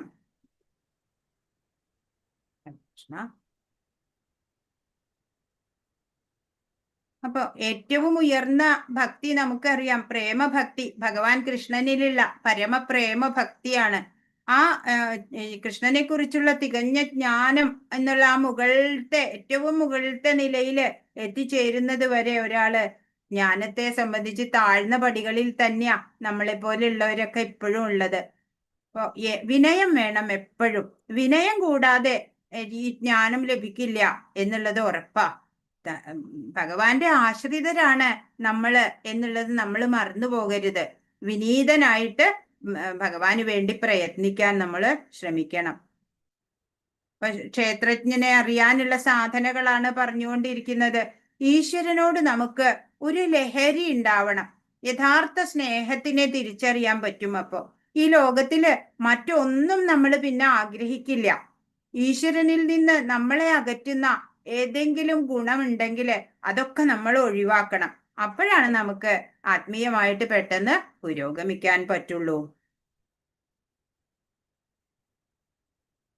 ക്ഷേത്രജ്ഞനെ കുറിച്ചുള്ള വിവരണാണ് 13ാമത്തെ ശ്ലോകത്തിൽ പറയുന്നത്. ജ്ഞേയം യത്തത് പ്രവക്ഷ്യാമി യജ്ഞാത്വാമൃതമശ്നുതേ അനാദിമത് പരം ബ്രഹ്മ ന സത്തന്നാസദുച്യതേ. ഏതൊന്നിന്റെ അറിവ് സനാതനമായതിനെ ആസ്വദിക്കുന്നതിനുതകുമോ? ജ്ഞേയമായ അതിനെപ്പറ്റി ഞാൻ വിവരിച്ചു തരാം. അനാദിയും എന്നെ ആശ്രയിച്ചുള്ളതുമാണ് ബ്രഹ്മം. ഭൗതിക ലോകത്തിലെ കാര്യകാരണങ്ങൾക്ക് അതീതമാണത്. അപ്പൊ ഏതൊന്നിനെ സനാതനമായിട്ടുള്ള അതിനെ ആസ്വദിക്കാൻ വേണ്ടി ഏതാണോ അറിയേണ്ടത്, അതാണ് ജ്ഞേയമായിട്ടുള്ളത്, അറിയേണ്ടത്. അതിനെ പറ്റിയിട്ട് ഞാൻ ഇനി പറഞ്ഞു തരാം എന്ന് ഭഗവാൻ പറയാണ്. അനാദിയാണത്, ഭഗവാനെ ആശ്രയിച്ചുള്ളതുമാണ് ബ്രഹ്മം. ഈ ഭൗതിക ലോകത്തിലെ കാര്യകാരണങ്ങൾക്കൊക്കെ അതീതം, അതിന്റെ മുകളിലുള്ളതാണ് ബ്രഹ്മം എന്നുള്ളത്. അത് പറഞ്ഞു തരാം. ജീവാത്മാവിനെ കുറിക്കുമ്പോൾ ബ്രഹ്മപദം ആനന്ദ ബ്രഹ്മത്തെയല്ല, വിജ്ഞാന ബ്രഹ്മത്തെയാണ് സൂചിപ്പിക്കുന്നത്. ഓരോ അണുവിലും ഭഗവത് ചൈതന്യം ഉണ്ട്, അല്ലെ? നമ്മളെ കെയർ ചെയ്യാൻ ഭഗവാൻ എല്ലായിടത്തും ഉണ്ട്. നമ്മുടെ ഓരോ ചലനവും നിരീക്ഷിച്ചുകൊണ്ട് ഭഗവാൻ നമ്മുടെ കൂടെ ഉണ്ട്. അപ്പൊ നമ്മൾക്ക് എപ്പോഴും ഭഗവാന്റെ സുരക്ഷിതത്വം ഉണ്ട് എന്ന് നമ്മൾ അറിയണം. കർമ്മക്ഷേത്രത്തെയും ക്ഷേത്രജ്ഞനെയും കുറിച്ച് പറഞ്ഞു. ക്ഷേത്രജ്ഞനെ അറിയേണ്ടതും ഒക്കെ പറഞ്ഞു, അല്ലെ? ന ജായതേ മ്രിയതേ വാ വിപശ്ചിത് എന്ന് കഠോപനിഷത്തില് പറയുന്നുണ്ട്. ശരീരത്തിന്റെ ജ്ഞാതാവ്, അതായത് ആത്മാവ്, അല്ലെ? ജീവാത്മാവ് ഒരിക്കലും ജനിക്കുന്നില്ല, ഒരിക്കലും മരിക്കുന്നില്ല. അത് തികഞ്ഞ ജ്ഞാനമയനുമാണ്, അല്ലെ? ഭഗവാന്റെ അംശമായത് കൊണ്ട് തന്നെ ഭഗവാന്റേതായ എല്ലാ ഗുണങ്ങളും ജീവാത്മാവിനുമുണ്ട്. അതുകൊണ്ട് അത് ജ്ഞാനമയനാണ്, ഒരിക്കലും ജനിക്കണില്ല, ഒരിക്കലും മരിക്കണില്ല. പ്രധാന ക്ഷേത്രജ്ഞ പതിർഗുണേശ എന്ന് ശ്വേതാശ്വേതര ഉപനിഷത്തില് പറഞ്ഞിട്ടുണ്ട്. ഭഗവാനെ പരമാത്മാവായിട്ട് വൈദിക സാഹിത്യത്തില് പറയുന്നുണ്ട്. പ്രധാന ക്ഷേത്രജ്ഞനും പ്രകൃതിയുടെ ത്രിഗുണങ്ങൾക്ക് അതീതനാണ്, അല്ലെ? പരമാത്മാവ് നമുക്കറിയാം. ദാസഭൂതോ ഹരേരേവ നാന്യസേവ കഥാചന എന്ന് സ്മൃതിയിൽ പറഞ്ഞിട്ടുണ്ട്. ജീവാത്മാക്കളെ എന്നെന്നും ഭഗവത് സേവകര് തന്നെയാണ് എന്ന്. അപ്പൊ നമ്മുടെ ആ മൂലസ്വരൂപം ഒരിക്കലും മറന്നു പോകരുത്. ഇപ്പൊ ചൈതന്യ മഹാപ്രഭുവും അതാ പറയണത്. ഈ ബ്രഹ്മം എന്ന് പറഞ്ഞിട്ടുള്ളത് ജീവാത്മാവിനെ സംബന്ധപ്പെടുത്തിയിട്ട് തന്നെയാണ്. അപ്പൊ ജീവാത്മാവിനെ കുറിക്കുമ്പോൾ ബ്രഹ്മപദം ആനന്ദ ബ്രഹ്മത്തിനെ അല്ല, വിജ്ഞാന ബ്രഹ്മത്തെയാണ് പറയണത് എന്ന് മനസ്സിലാക്കണം. പരബ്രഹ്മമായ ഭഗവാനാണ് ആനന്ദബ്രഹ്മം. ആനന്ദബ്രഹ്മം പരബ്രഹ്മമായിട്ടുള്ള ഭഗവാനാണ്. അപ്പൊ വിജ്ഞാന ബ്രഹ്മമോ അത് ജ്ഞാനമയനായിട്ടുള്ള ജീവാത്മാവ്. ഹരേ കൃഷ്ണ. അടുത്തത് ഭഗവാൻ എല്ലായിടത്തും ഉണ്ട്. അതാണ് 14ാമത്തെ ശ്ലോകം പറയുന്നത്. സർവദ പാണിപാദം ദൽ സർവദോക്ഷിശിരോമുഖം സർവദ ശ്രുതിമല്ലോകേ സർവമാവൃത്യ തിഷ്ഠതി. കൈകാലുകളും തലകളും മുഖങ്ങളും നേത്രങ്ങളും ചെവികളും എല്ലായിടത്തും വ്യാപിപ്പിച്ചുകൊണ്ട് പരമാത്മാവ് സർവവ്യാപിയായി സ്ഥിതി ചെയ്യുന്നു. തന്റെ ദിവ്യഗ്രഹത്തിൽ സദാ വിഹരിച്ചുകൊണ്ട് സർവവ്യാപിയാണ് ഭഗവാൻ.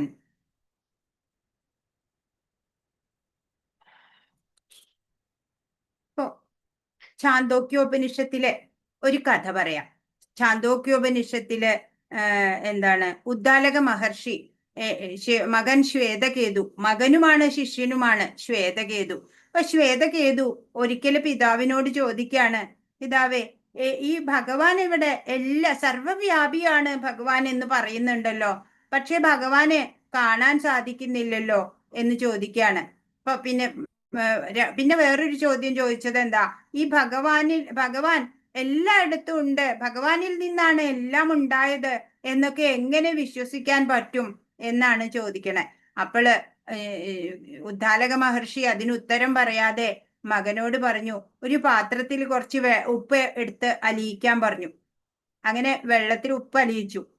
ഇപ്പൊ ഉപ്പ് എവിടെയെന്ന് ചോദിച്ചു. ഉപ്പ് കാണുന്നില്ല. എന്നാൽ അതിൽ നിന്ന് ഒരു തുള്ളി രുചിച്ചു നോക്കാൻ പറഞ്ഞു.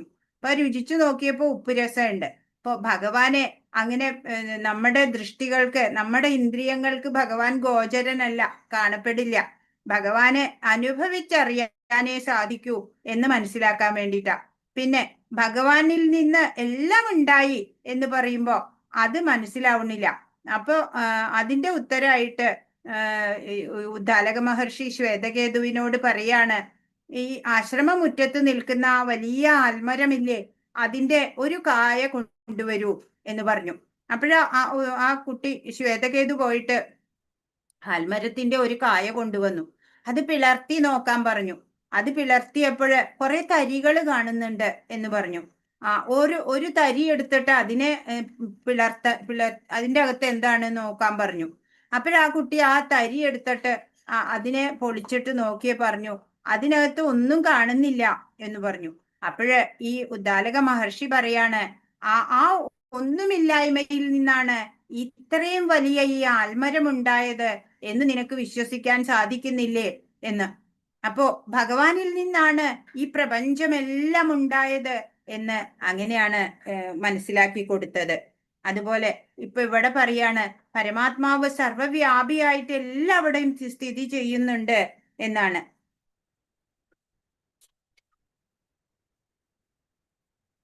എണ്ണമറ്റ രശ്മികള് പ്രസരിപ്പിച്ചുകൊണ്ടിരിക്കുന്ന സൂര്യനെ പോലെയാണ് പരമാത്മാവ്.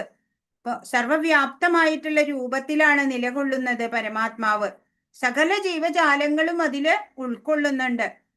ബ്രഹ്മാവ് മുതല് കൊച്ചുറുമ്പ് വരെ ഉള്ള എല്ലാ വ്യക്തിഗത ജീവസത്തകളും ആ ഭഗവാന്റെ ശരീരത്തിൽ വാഴുന്നുണ്ട്. അതുകൊണ്ടാണ് എണ്ണമറ്റ കൈകളും കാലുകളും നേത്രങ്ങളും എല്ലാം പരമാത്മാവിന്റെ ശരീരത്തിലുണ്ട് എന്ന് പറഞ്ഞത്. എന്നാൽ വ്യക്തിഗത ജീവാത്മാവിനോ അങ്ങനെ അനേകം കൈകാലുകളോ കണ്ണുകളോ ഇല്ല, അത് സാധ്യമല്ല അല്ലെ. ഭഗവാൻ ഈ ജീവനിൽ നിന്ന് വ്യത്യസ്തനാണ്. ഭഗവാന് തന്റെ കയ്യ് സീമാതീതമായിട്ട് നീട്ടാൻ പറ്റും, എന്ത് വേണമെങ്കിലും ചെയ്യാൻ പറ്റും ഭഗവാന്. വ്യക്തിഗത ജീവാത്മാവിന് അങ്ങനെ ഒന്നും സാധിക്കില്ല. സർവവ്യാപിയാണ് ഭഗവാൻ. ഈ ലോകത്തില് ഭഗവാനെ എങ്ങനെയാണ് മനസ്സിലാക്കുക എന്നാണ് ഇനി 15ാമത്തെ ശ്ലോകം പറയണത്. അപ്പൊ ഭഗവാനെ നമ്മൾ എപ്പോഴും ഒക്കെ കാണുന്നൊക്കെ ഉണ്ട്. 4 കൈകളോടെ നമ്മുടെ മുമ്പിൽ വരുന്നില്ല എന്ന് മാത്രമേ ഉള്ളൂ. 4 പുറവും നമ്മുടെ ഓരോരോ രൂപത്തിൽ നമ്മുടെ മുമ്പില് വരുന്നുണ്ടാവും. നമ്മളത് തിരിച്ചറിയുന്നില്ല അല്ലെ. ഇപ്പൊ ഒരു പശു പ്രസവിക്കുമ്പോ, പശുക്കുട്ടി ജനിക്കുമ്പോ അതിന്റെ കണ്ണുകളില് നോക്കിക്കഴിഞ്ഞാല് നമുക്ക് ഭഗവാനെ കാണാൻ പറ്റും.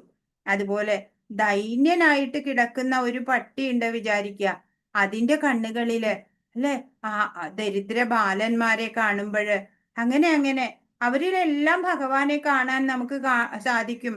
അങ്ങനെ വരുമ്പോ ഒരു ദിവസം സാക്ഷാത് ഭഗവാനെ നമുക്ക് കാണാൻ സാധിക്കും എന്നാണ് പറയാ. ഇപ്പോ ക്ഷേത്രജ്ഞൻ ഉള്ളതിനാലേ ആണ് ഈ ക്ഷേത്രം പ്രവർത്തിക്കുന്നത്. ആ ചൈതന്യം ഇല്ലാണ്ട് ഒന്നിനും പ്രവർത്തിക്കാൻ പറ്റില്ല അല്ലെ. ഈ ശരീരത്തിന് പ്രവർത്തിക്കാൻ പറ്റില്ല.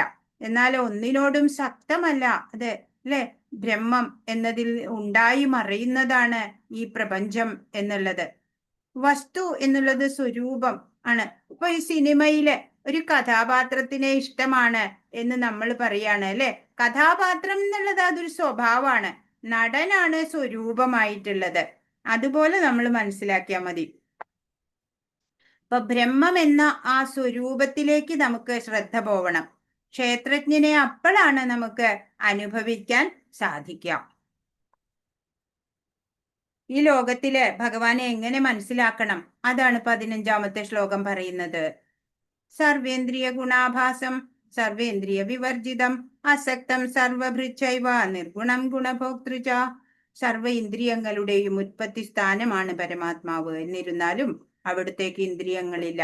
സകല ജീവജാലങ്ങളെയും നിലനിർത്തി പോരുന്നുവെങ്കിലും അനാസക്തനാണ്, ത്രിഗുണാതീതനും അതേസമയം തന്നെ ഭൗതിക പ്രകൃതിയുടെ ത്രിഗുണങ്ങളുടെ യജമാനനുമാണ് അദ്ദേഹം.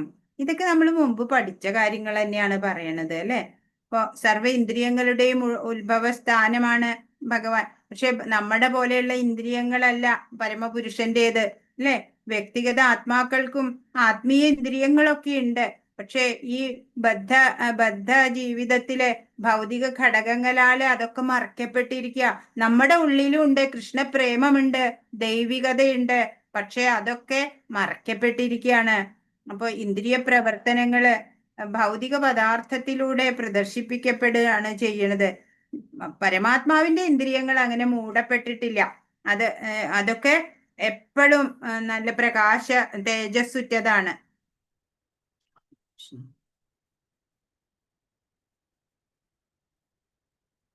ശ്വേതാശ്വേതര ഉപനിഷത്തില് എന്താ പറഞ്ഞേക്കണത്?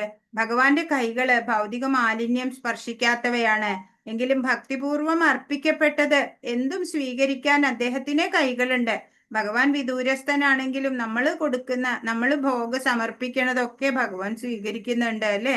ഇപ്പൊ പരമാത്മാവിനും ജീവാത്മാവിനും തമ്മിൽ വളരെ വ്യത്യാസങ്ങളുണ്ട്.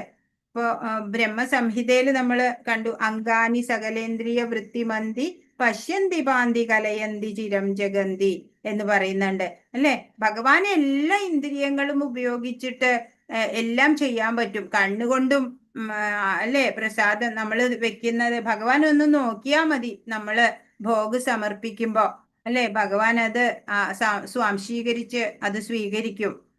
ഇപ്പൊ ഭഗവാൻ തൃപ്തനായാലേ ലോകം മുഴുവൻ സംതൃപ്തി ഉണ്ടാവും. ഒരിക്കല് ദുർവാസാവ് വന്നു അല്ലെ, ഇവരുടെ പാണ്ഡവരുടെ വനവാസ കാലത്തില്. അപ്പോള് ദ്രൗപദി ആഹാരം കഴിച്ചു കഴിഞ്ഞാൽ പിന്നെ ആ അക്ഷയപാത്രത്തിൽ ഒന്നും ഉണ്ടാവില്ല. അങ്ങനെ ദുർവാസാവും കൂട്ടരും വന്നപ്പോഴ് ദ്രൗപദി പ്രാർത്ഥിച്ചു, കൃഷ്ണനെ പ്രാർത്ഥിച്ചപ്പോഴ് ദ്വാരകയിൽ നിന്ന് കാമ്യക വനത്തിലേക്ക് ഒരു സെക്കൻഡ് കൊണ്ട് ഭഗവാൻ എത്തി അല്ലെ. പാത്രത്തിൽ ഒരു ദാനയുണ്ട്, അതെടുത്തു കഴിച്ചപ്പോ, കൃഷ്ണൻ കഴിച്ചപ്പോഴ് എല്ലാവരും വളരെ സമൃദ്ധിയായിട്ട് ഭക്ഷണം കഴിച്ച അനുഭവം ഉണ്ടായി. അപ്പോ ഭഗവാൻ പ്രസാദിച്ചാല് ലോകം മുഴുവൻ സംതൃപ്തരായി എന്നുള്ളതാണ്. അപ്പൊ തന്റെ അന്തരംഗ ശക്തിയാലാണ് സ്വസ്വരൂപത്തില് ഭഗവാൻ ഇങ്ങനെ പ്രത്യക്ഷീഭവിക്കുന്നത് എന്ന് ഭഗവത്ഗീതയിൽ പറഞ്ഞിട്ടുണ്ട്. സച്ചിദാനന്ദ വിഗ്രഹം എന്ന് പറയുന്ന ആ ശാശ്വതമായ സ്വരൂപമാണ് ഭഗവാൻ ഉള്ളത്. സർവ ഐശ്വര്യങ്ങളുടെയും നിലയമാണ് ഭഗവാൻ അല്ലേ. അതുപോലെ സർവസമ്പത്തിന്റെയും സകല ശക്തികളുടെയും ഉടമ ഭഗവാനാണ്.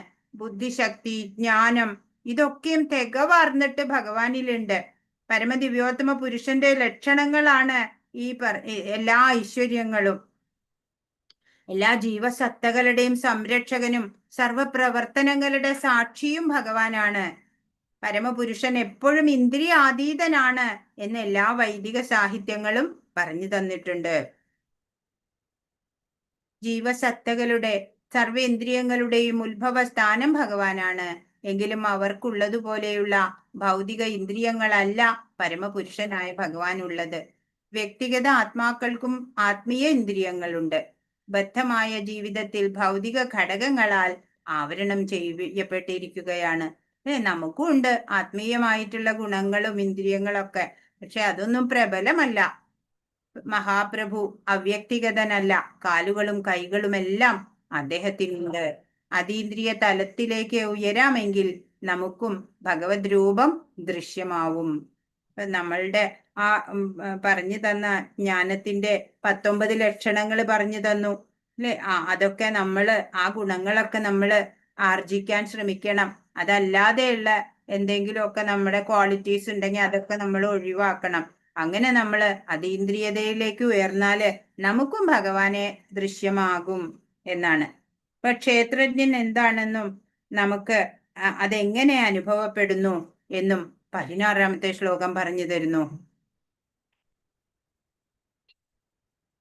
16. ബഹിരന്തശ്ച ഭൂതാനാമചരം ചരമേവ ച സൂക്ഷ്മത്വാവിജ്ഞേയം ദൂരസ്ഥം ചാന്തികേ ച തത്. പരമതത്വം ചരങ്ങളും അചരങ്ങളുമായ എല്ലാ ജീവികളുടെ ഉള്ളിലും പുറത്തും കുടികൊള്ളുന്നു. അതിസൂക്ഷ്മഭാവം മൂലം ഭൗതിക ഇന്ദ്രിയങ്ങൾക്ക് അദ്ദേഹത്തെ കാണാനോ അറിയാനോ കഴിയില്ല. അതിദൂരസ്ഥനെങ്കിലും ഏവർക്കും സമീപസ്ഥനുമാണ് അദ്ദേഹം. ചരാചരാത്മാവാണ് അല്ലേ ഭഗവാൻ? എല്ലാ ജീവികളുടെ ഉള്ളിലും പുറത്തുമുണ്ട് ഭഗവാൻ. അതിസൂക്ഷ്മഭാവം മൂലം ഭൗതികമായിട്ടുള്ള ഇന്ദ്രിയങ്ങൾക്ക്, നമ്മളുടെ ഇന്ദ്രിയങ്ങൾക്ക് ഭഗവാനെ കാണാനോ അറിയാനോ സാധിക്കണില്ല. അതിദൂരസ്ഥനാണ് ഭഗവാൻ അല്ലേ? ഭഗവത് ധാമം വളരെ ദൂരെയാണ്. നമുക്കറിയാം, ഗോലോക ചാർട്ടൊക്കെ നമ്മൾ കണ്ടിട്ടുള്ളതാ. അപ്പോ ഏവർക്കും സമീപസ്ഥനുമാണ് ഭഗവാൻ അല്ലേ? ദൂരെയാണെങ്കിലും നമ്മൾ വിളിക്കുമ്പോ അല്ലെ, ഭക്തര് വിളിക്കുമ്പോ ഭഗവാൻ സമീപത്തിൽ ഉണ്ടാവും. ആധ്യാത്മിക ആനന്ദത്തിൽ മുഴുകിയിരിക്കുന്ന പരമപുരുഷൻ തന്റെ സമ്പൂർണ്ണ ഐശ്വര്യങ്ങൾ അനുഭവിക്കുന്നത് എങ്ങനെയെന്ന് നമുക്ക് മനസ്സിലാക്കാൻ കഴിയില്ല. നമുക്ക് അറിയില്ല അല്ലെ? ഭഗവാന്റെ കഴിവുകൾ എത്രയാണ് എന്നൊന്നും നമുക്ക് അറിയില്ല. ഭഗവാൻ അകത്തും പുറത്തുമുണ്ട്. ബ്രഹ്മം ചലിക്കുന്നു എന്നാൽ ചലിക്കുന്നില്ല. ഇന്ദ്രിയങ്ങളാലൊന്നും അറിയാൻ സാധിക്കില്ല. അനുഭവത്തിലൂടെ ഉണ്ടെന്ന് അറിയാനേ പറ്റുള്ളൂ. അനുഭവിച്ചറിയാൻ പറ്റും അല്ലെ ഭഗവാനെ? പലപ്പോഴും നമ്മളുടെ ജീവിതത്തിലും അല്ലെ പലപ്പോഴും സംഭവിച്ചിട്ടുണ്ട് ഭഗവാന്റെ ഒരു ടച്ച് അല്ലെ. അപ്പൊ ദൂരസ്ഥനാണ്, യഥാർത്ഥത്തിൽ അടുത്തുള്ളതാണ്. ലഭിച്ചവർക്കാണ്, ഭഗവാനെ ലഭിച്ചവർക്ക് തോന്നും ഇത്ര എളുപ്പമായിരുന്നോ ഭഗവാനെ കിട്ടാനെന്ന് തോന്നും. കിട്ടാത്തവർക്കോ ഭഗവാനെ കിട്ടില്ല, വളരെ ദൂരെയാണ് എന്ന് തോന്നും. ക്ഷേത്രജ്ഞൻ എന്താണ്? അല്ല, ഇതൊക്കെ പറഞ്ഞു നമ്മള്. അപ്പോ ഭഗവാനിലെ പ്രേമഭക്തി വളർന്ന ഒരു ഭക്തനുണ്ടല്ലോ, അങ്ങനെയുള്ള ഭക്തർക്ക് എപ്പോഴും ഭഗവാൻ പ്രത്യക്ഷനായിരിക്കും എന്ന് ബ്രഹ്മസംഹിതയിലും പറയുന്നുണ്ട്. ഭക്തിപൂർവം സേവിക്കുന്നവർക്ക് മാത്രം അദ്ദേഹത്തെ കാണാനും മനസ്സിലാക്കാനും ഒക്കെ സാധിക്കും എന്ന് ഭഗവത്ഗീതയും പറയുന്നുണ്ട്. ഭക്ത്യാത്വനന്യയാ ശക്യ എന്ന് പറഞ്ഞിട്ടുണ്ട്. അപ്പോ ഭക്തിയോട് കൂടിയിട്ട് നമ്മൾ ഭഗവത് സേവനം ചെയ്തുകൊണ്ടിരിക്കുക. അപ്പൊ ഒരു നാള് നമുക്ക് ഗുരുരമ്മയുടെ പോലെ നമുക്കും ഭഗവാനെ സാക്ഷാത്തായിട്ട് കാണാൻ സാധിക്കും. പരമാത്മാവിനെ കുറിച്ച് പറയാണ് 17ാമത്തെ ശ്ലോകം. അവിഭക്തം ച ഭൂതേഷു വിഭക്തമിവ ച സ്ഥിതം ഭൂതഭർതൃ ച തജ്ഞേയം ഗ്രസിഷ്ണു പ്രഭവിഷ്ണു ച. ഓരോ ജീവിയിലും വെവ്വേറെ കാണപ്പെടുന്നുവെങ്കിലും പരമാത്മാവ് അവിഭാജ്യനാണ്, ഏകനായി സ്ഥിതി ചെയ്യുന്നു. ഭൂതജാലത്തെ നിലനിർത്തുന്നതോടൊപ്പം സംഹരിക്കുകയും സൃഷ്ടിക്കുകയും ചെയ്യുന്നത് അദ്ദേഹമാണെന്ന് മനസ്സിലാക്കണം. എന്താ പറയണേ? ഭഗവാൻ എല്ലാ ചരാചരാത്മാവായിട്ട് ഓരോ ജീവികളുടെയും ഉള്ളില് ഉണ്ട് എന്ന് പറഞ്ഞു. അപ്പൊ ഓരോ ജീവിയിലും വെവ്വേറെ കാണപ്പെടുകയാണെങ്കിലും പരമാത്മാവിനെ ഇങ്ങനെ വിഭജിച്ചിട്ടൊന്നുമില്ല അല്ലെ? ഏകനായിട്ട് തന്നെയാ പരമാത്മാവ് സ്ഥിതി ചെയ്യണത്. ഭൂതജാലങ്ങളെയൊക്കെ നിലനിർത്തുകയും സംഹരിക്കുകയും സൃഷ്ടിക്കുകയും ഒക്കെ ചെയ്യുന്നതും ഭഗവാൻ തന്നെയാണ്. സൃഷ്ടിയുടെ ആരംഭത്തിൽ എല്ലാ രൂപങ്ങളെയും പൂർവ്വസ്ഥിതിയിലാക്കുകയും പ്രളയകാലത്ത് സംഹരിക്കുകയും ചെയ്യുന്നു. അപ്പോ ഓരോരുത്തരുടെയും ഹൃദയത്തിൽ ഭഗവാൻ വാഴുന്നു എന്ന് പക്ഷേ ഭഗവാൻ ശിഥിലീകരിക്കപ്പെട്ടിട്ടില്ല എന്ന് അതെങ്ങനെയാ നമ്മൾ മനസ്സിലാക്കണത്? സൂര്യന്റെ ഉദാഹരണം എടുത്താൽ മതി. സൂര്യൻ ഉച്ചസ്ഥനാവുമ്പോഴ് നമ്മുടെ തലയ്ക്ക് മുകളിലാണ് എന്ന് പറയും. എന്നാൽ 5000 മൈല് നാഴിക ദൂരെയുള്ളവർക്ക് അവരും പറയും ശിരസിന് മുകളിലാ സൂര്യൻ എന്ന്. അപ്പോ സമഗ്രതയോടെ ഇരിക്കുമ്പോഴും ശകലിതമായിട്ട് തോന്നുന്നതിനെ വൈദിക സാഹിത്യം ഉദാഹരണമായിട്ട് കാട്ടുകയാണ്. സൂര്യൻ ഓരോ സ്ഥലത്തും അനേകം പേർക്ക് പ്രത്യക്ഷീഭവിക്കുന്നത് പോലെ ഒരു വിഷ്ണുവും തന്റെ വൈഭവത്താലെ പലയിടത്തും അസംഖ്യം പേർക്ക് പ്രത്യക്ഷനാവും എന്ന് പറയാണ്. ആ പരമപുരുഷന്റെ പരമപുരുഷനാണ് സകല ജീവജാലങ്ങളെ നിലനിർത്തുന്നത്. എല്ലാത്തിനെയും പ്രളയകാലത്ത് സംഹരിക്കണതും എല്ലാം ഭഗവാൻ തന്നെയാണ്. കുരുക്ഷേത്രത്തിൽ ഒത്തുചേർന്ന എല്ലാവരെയും ഞാൻ സംഹരിക്കാൻ വന്ന കാലമാകുന്നു ഞാൻ എന്ന് ഭഗവാൻ 11ാം അധ്യായത്തിൽ പറയുന്നുണ്ട് അല്ലെ? കാലസ്വരൂപിയായിട്ട് സംഹാരക്രിയ നടത്തും എന്ന്. അപ്പൊ സംഹാരകൻ എന്നുള്ള നിലയ്ക്കും സർവഭൂതങ്ങളെയും വേണ്ടപ്പോ നശിപ്പിക്കാനും ഒക്കെ ഭഗവാനാ. സൃഷ്ടിയുടെ ആരംഭത്തിലെ എല്ലാ രൂപങ്ങളെയും പ്രകാശിപ്പിക്കാനും അല്ലെ പൂർവ്വസ്ഥിതിയിലാക്കാനും പ്രളയകാലത്ത് സംഹരിക്കാനും എല്ലാം ഭഗവാനാണ് ചെയ്യുന്നത്. എല്ലാം പ്രളയത്തിന് ശേഷം വിശ്രമിക്കുന്നതും ഭഗവാനിൽ തന്നെയാണ്. ഹരേ കൃഷ്ണ.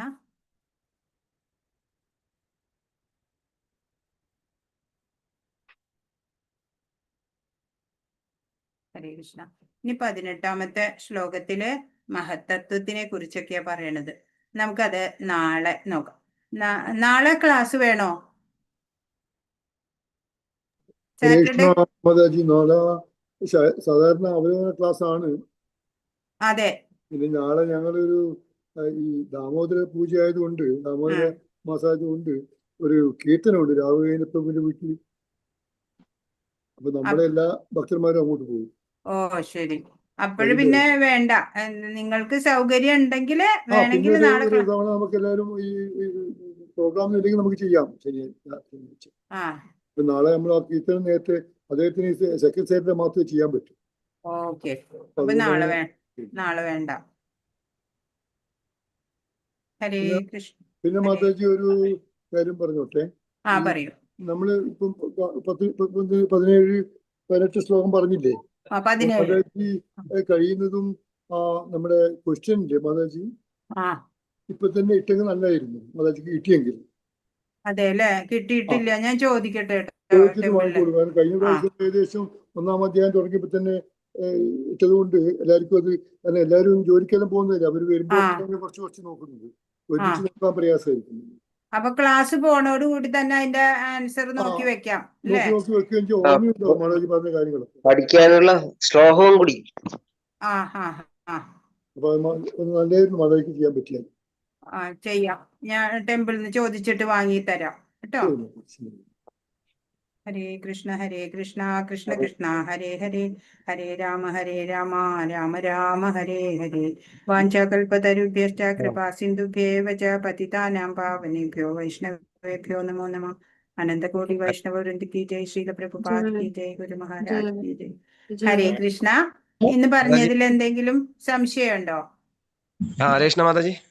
ചോദിക്കുക മാതാജി. നേരത്തെ ഒരു ഉപ്പിന്റെയും ഒരു ആൽമരത്തിന്റെ വിത്തിന്റെ ഒരു ഉദാഹരണം പറഞ്ഞില്ലേ? ആ ഒരു ഗുരുവിന്റെ പേരെന്തായിരുന്നു? അത് ഉദ്ദാലക മഹർഷി. കേൾക്കുന്നുണ്ടോ മാതാജി? ഉദ്ദാലക മഹർഷി. കേട്ടോ? കേൾക്കാമോ? യെസ് മാതാജി. ഓക്കെ. ചാന്തോക്യോപനിഷത്തിലെ ഒരു കഥയാ. Okay okay okay Mataji. കേട്ടു. പറയൂ, ചോദിക്കോ.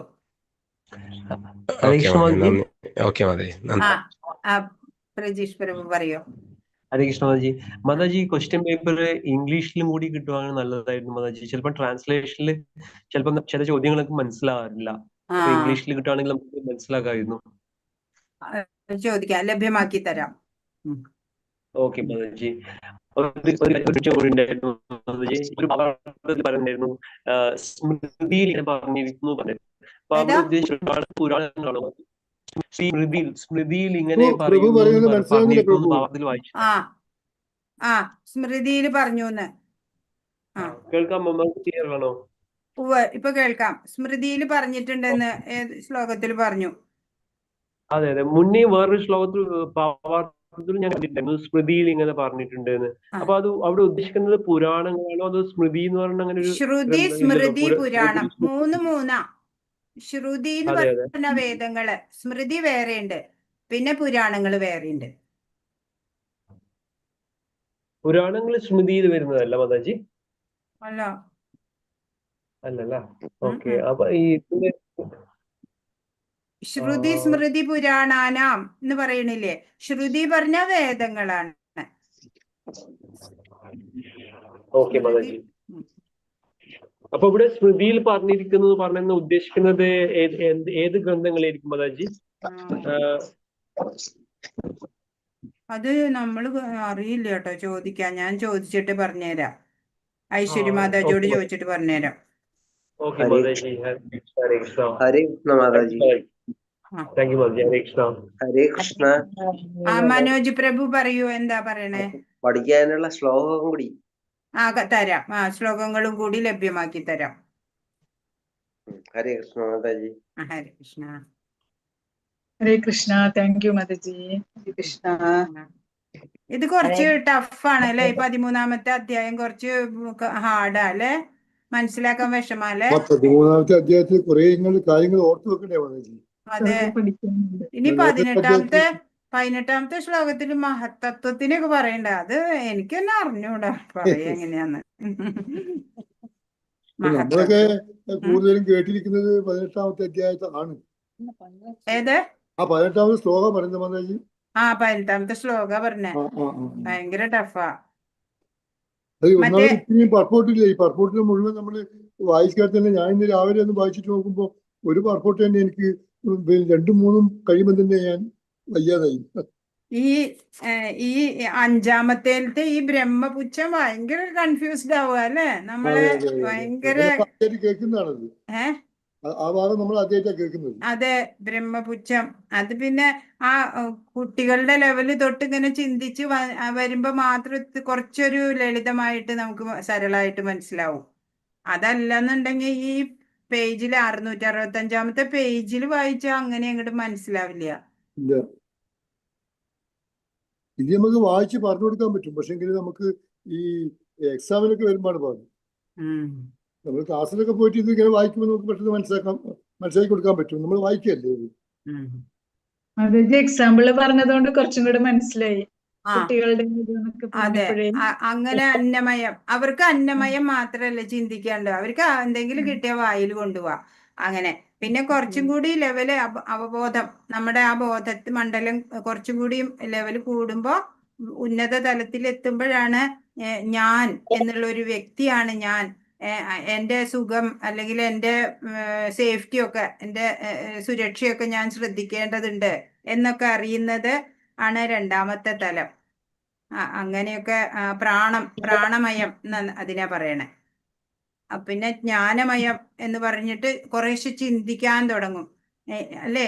ഈ ജീവിതത്തിന്റെ മൂല്യം എത്രയാണ് എന്നൊക്കെ കുറച്ചൊന്ന് അറിയണത് ജ്ഞാനമയം. പിന്നെ എത്തണതാണ് ഞാൻ ശരീരമല്ല ആത്മാവാണെന്ന് അറിയണത് വിജ്ഞാനമയം എന്നുള്ള ഘട്ടത്തില്. അത് കഴിഞ്ഞ ആനന്ദമയാണ് പിന്നെ ഭഗവാനുമായിട്ട് അല്ലെ ദാസ്യത്തിലൂടെ ഭഗവാനെ അറിയാനും ഭഗവാനോട് ചേരാനും സാധിക്കുക എന്നുള്ളത് മനസ്സിലാക്കണത്. അപ്പോൾ ആത്മസാക്ഷാത്കാരത്തിന്റെ ബ്രഹ്മസാക്ഷാത്കാരത്തിന്റെ 5 ഘട്ടങ്ങള് നോക്കുക, മനസ്സിലായി കഴിഞ്ഞാൽ അത് നല്ല ഇതല്ലേ, സന്തോഷം അല്ലെ അത് മനസ്സിലാവുമ്പോ. പക്ഷെ അതുവരെയ്ക്കും അത് വലിയ ടഫായിട്ട് തോന്നും. Thank you.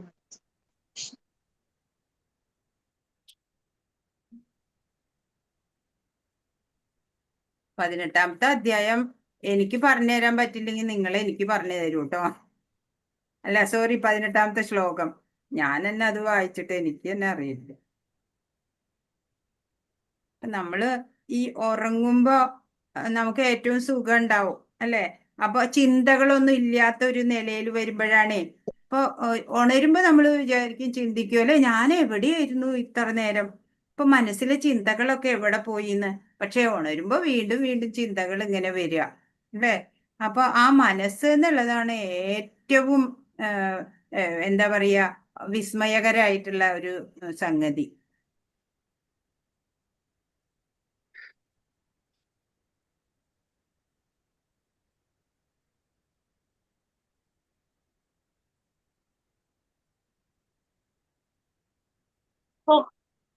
ഹരേ കൃഷ്ണ. എന്തെങ്കിലും ചോദിക്കാനുണ്ടോ? ഇന്ന് കുറച്ചു പേരെ വന്നുള്ളൂ അല്ലേ? അത് എല്ലാരും നോക്കിയില്ലേന്ന് അറിയില്ല മാതാജി. ചിലപ്പോൾ കാരണം ഉച്ചയോട് കൂടിയിട്ടാണ് ഇന്ന് ഈ ഇത് വന്നത്, നോട്ടീസ് വന്നത്. അപ്പൊ ഞാൻ അപ്പോഴേ നോക്കിയപ്പോ കണ്ടായിരുന്നു. പക്ഷെ എനിക്ക് തോന്നുന്നത് എല്ലാവരും ചിലപ്പോ അടുത്ത ദിവസങ്ങളിൽ ഉണ്ടാവും അല്ലെ? ഇന്ന് ക്ലാസ് ഉണ്ടാവില്ല വിചാരിച്ചിട്ടുണ്ടാവും. അങ്ങനെ കാര്യം ഇന്നലെ എക്സാം കഴിഞ്ഞേ ഉള്ളൂ. പിന്നെ നാളെ ശനിയാഴ്ച ആയതുകൊണ്ട് ഇനി ഒരു ദിവസത്തേക്ക് വെക്കില്ല എന്നൊക്കെ തോന്നിക്കാണും. രസിക മാതാജി എന്നോട് അങ്ങനെ ചോദിക്കണ്ടായിരുന്നു. അപ്പൊ ഞാൻ പറഞ്ഞു ഞാൻ റെഡിയാണ്, മണിഭൂഷിത മാതാജിയോട് ചോദിച്ചിട്ട് എങ്ങനെയാ വേണ്ടേ വെച്ചാ ചെയ്തോളൂ. ഉണ്ടാവില്ല എന്ന് ചിലപ്പോഴും എല്ലാവരും ആദ്യം കരുതി കാണും. അപ്പൊ ആരും ശ്രദ്ധിച്ചിട്ടുണ്ടാവില്ല, കാണില്ല ഗ്രൂപ്പിൽ. അതാണ് തിങ്കളാഴ്ച മുതൽ എല്ലാവരും കാണും. അപ്പോഴ് നമ്മുടെ ലാംഗ്വേജ് ലീഡർ പറഞ്ഞത് ശനിയാഴ്ചയും അവർക്ക് സൗകര്യമാണെങ്കിൽ ശനിയാഴ്ച വെച്ചോളൂ. അപ്പൊ നമ്മള് പെട്ടെന്ന് ക്ലാസ് തീർക്കാൻ പറ്റുകയാണെങ്കിൽ നല്ലതാണല്ലോ. അവരവരുടെ ക്ലാസ് വെക്കാൻ പറ്റില്ല മാതാജി, അതാണ് പ്രശ്നം. എന്താ നമ്മൾ ഈ ക്വസ്റ്റ്യൻ പേപ്പറിൽ ഡിസ്കസ് ചെയ്യുന്നില്ലേ ക്വസ്റ്റ്യൻ, അത് ഞങ്ങൾക്ക് ഞായറാഴ്ച ശനിയാഴ്ച ക്ലാസ് ഉണ്ട്. എല്ലാ ശനിയാഴ്ച സ്റ്റഡി ഗ്രൂപ്പ് ഉണ്ട്. സ്റ്റഡി ഗ്രൂപ്പ് എല്ലാ ആഴ്ച അത് രാത്രി 10 മണിവരെയൊക്കെ കാണും. ചിലപ്പോ ഈ ഒരു വലിയ അധ്യായം പിന്നെ ഈ ശ്ലോകമൊക്കെ പറയുമ്പോൾ ചിലപ്പോ ഡിസ്കസ് ചെയ്തിട്ട് ഒരുപാട് സമയം പോകും. അപ്പൊ നമുക്ക് 5 ദിവസം തന്നെ മതി. 5 ദിവസം മതി. നമ്മൾ ഈ ക്വസ്റ്റ്യൻ പേപ്പർ നമ്മൾ നോക്കണ്ടല്ലേ. അപ്പൊ പിന്നെ ലാസ്റ്റ് വെച്ച് കഴിഞ്ഞാൽ കഴിഞ്ഞ ഇപ്പം ലാസ്റ്റ് എക്സാമിന് 3 അധ്യായം ഒരുമിച്ചാണ് നമ്മൾ നോക്കിയത്. അതുകൊണ്ട് ഇപ്പോഴും നല്ലതാണെന്ന് എനിക്ക് തോന്നുന്നത്. എല്ലാവരും അഭിപ്രായം നോക്കിയിട്ട് പറയാം. 5 ദിവസം വെച്ചാൽ മതി. ഞാൻ തിങ്കളാഴ്ച ആകുമ്പോഴേക്ക് ക്വസ്റ്റ്യൻ പേപ്പറും ബൈ ഹാർട്ട് ചെയ്യാനുള്ള ശ്ലോകത്തിന്റെയും കിട്ടുമെങ്കിൽ വാങ്ങിത്തരാം. ഹരേ കൃഷ്ണ മാതാജി, നാളെ കിട്ടുമോ? നമുക്കിപ്പോ തന്നെ 17 ശ്ലോകാസ് കഴിഞ്ഞു. അപ്പൊ 2 ദിവസം കൊണ്ട് തന്നെ ഒരു ചാപ്റ്റർ തീരുവാണ് അവിടെ. അപ്പൊ അടുത്ത ദിവസം ആകുമ്പോഴത്തേക്ക് അടുത്ത ലെസൺസ് സ്റ്റാർട്ട് ചെയ്യണം മാതാജി. അപ്പൊ നമുക്ക് ഈ ക്വസ്റ്റ്യൻസ് എഴുതാനും ചെയ്യാനുള്ള സമയം കിട്ടത്തില്ല മാതാജി. പിന്നെ നമുക്ക് പഠിക്കുകയും കൂടെ വേണ്ടേ മാതാജി? ക്ലാസ് കഴിഞ്ഞ് 2 ആഴ്ച കഴിയുമ്പോൾ ഉടനെ എക്സാം വയ്ക്കും മാതാജി. അപ്പൊ നമുക്ക് പഠിക്കാനും നോട്ട് എഴുതാൻ അസൈൻമെന്റ് ശ്ലോകാസ് എല്ലാം വരുമ്പോ നമ്മൾ ആകെ അങ്ങ് ഇതായി പോകും. അപ്പം നമുക്ക് നാളെ തന്നെ നമുക്ക് ശ്ലോകാസ് ക്വസ്റ്റ്യൻ പേപ്പേഴ്സ് നാളെ ചോദിക്കാം.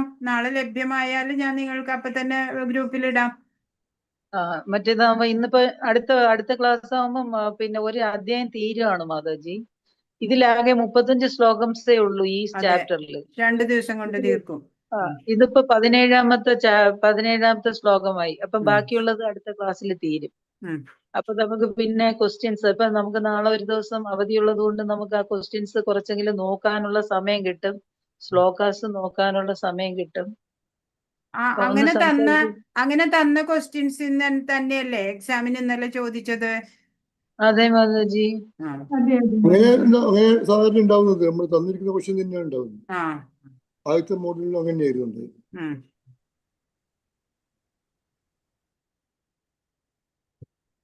ഹരേ കൃഷ്ണ മാതാജി. പറയാം മാതാജി, ഒരു സംശയം കൂടി ചോദിച്ചോട്ടെ മാതാജി? അർജുനൻ പിന്നെ ഇതില് ക്ഷേത്രം എന്നുള്ള വാക്ക് ഉപയോഗിക്കുന്നില്ലേ ശരീരത്തിനെ കുറിച്ചിട്ട്? ഇതിന് മുന്നേ ഒന്നും ഭഗവാൻ ക്ഷേത്രം എന്നുള്ള വാക്കിലൂടെ ശരീരത്തിനെ സൂചിപ്പിച്ചിട്ട് ആയിട്ട് കാണുന്നില്ലല്ലോ അല്ലേ മാതാജി?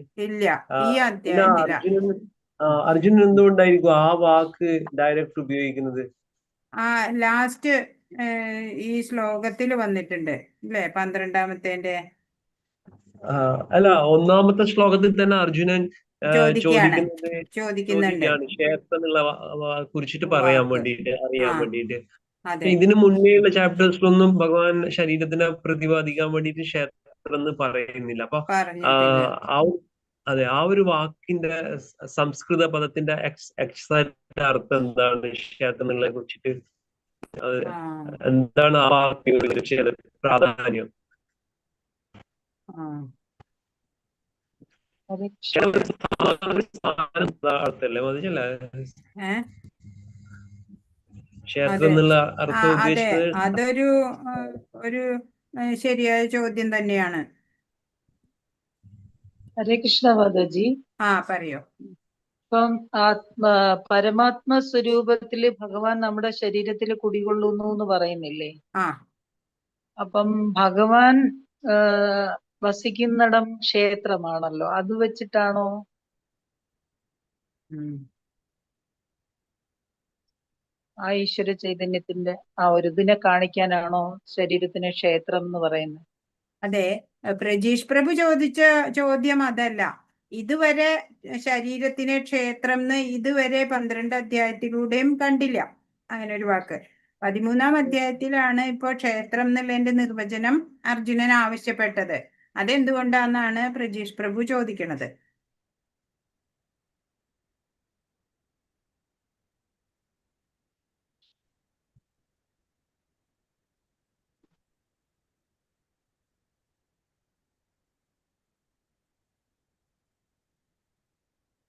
നോക്കിയിട്ട് കിട്ടുകയാണെങ്കിൽ ആൻസർ പറഞ്ഞു തരാം കേട്ടോ.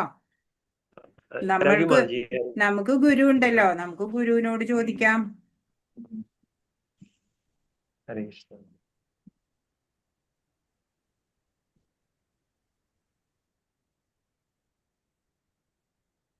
ഹരേ കൃഷ്ണ. ഹരേ കൃഷ്ണ മാതാജി. അപ്പൊ നാളെ അല്ല തിങ്കളാഴ്ച കാണാം. അതിനിടയ്ക്ക് നാളെ ക്വസ്റ്റ്യൻസ് കിട്ടുകയാണെങ്കിൽ ഗ്രൂപ്പിൽ ഇട്ടേക്കാം. ഓക്കെ മാതാജി.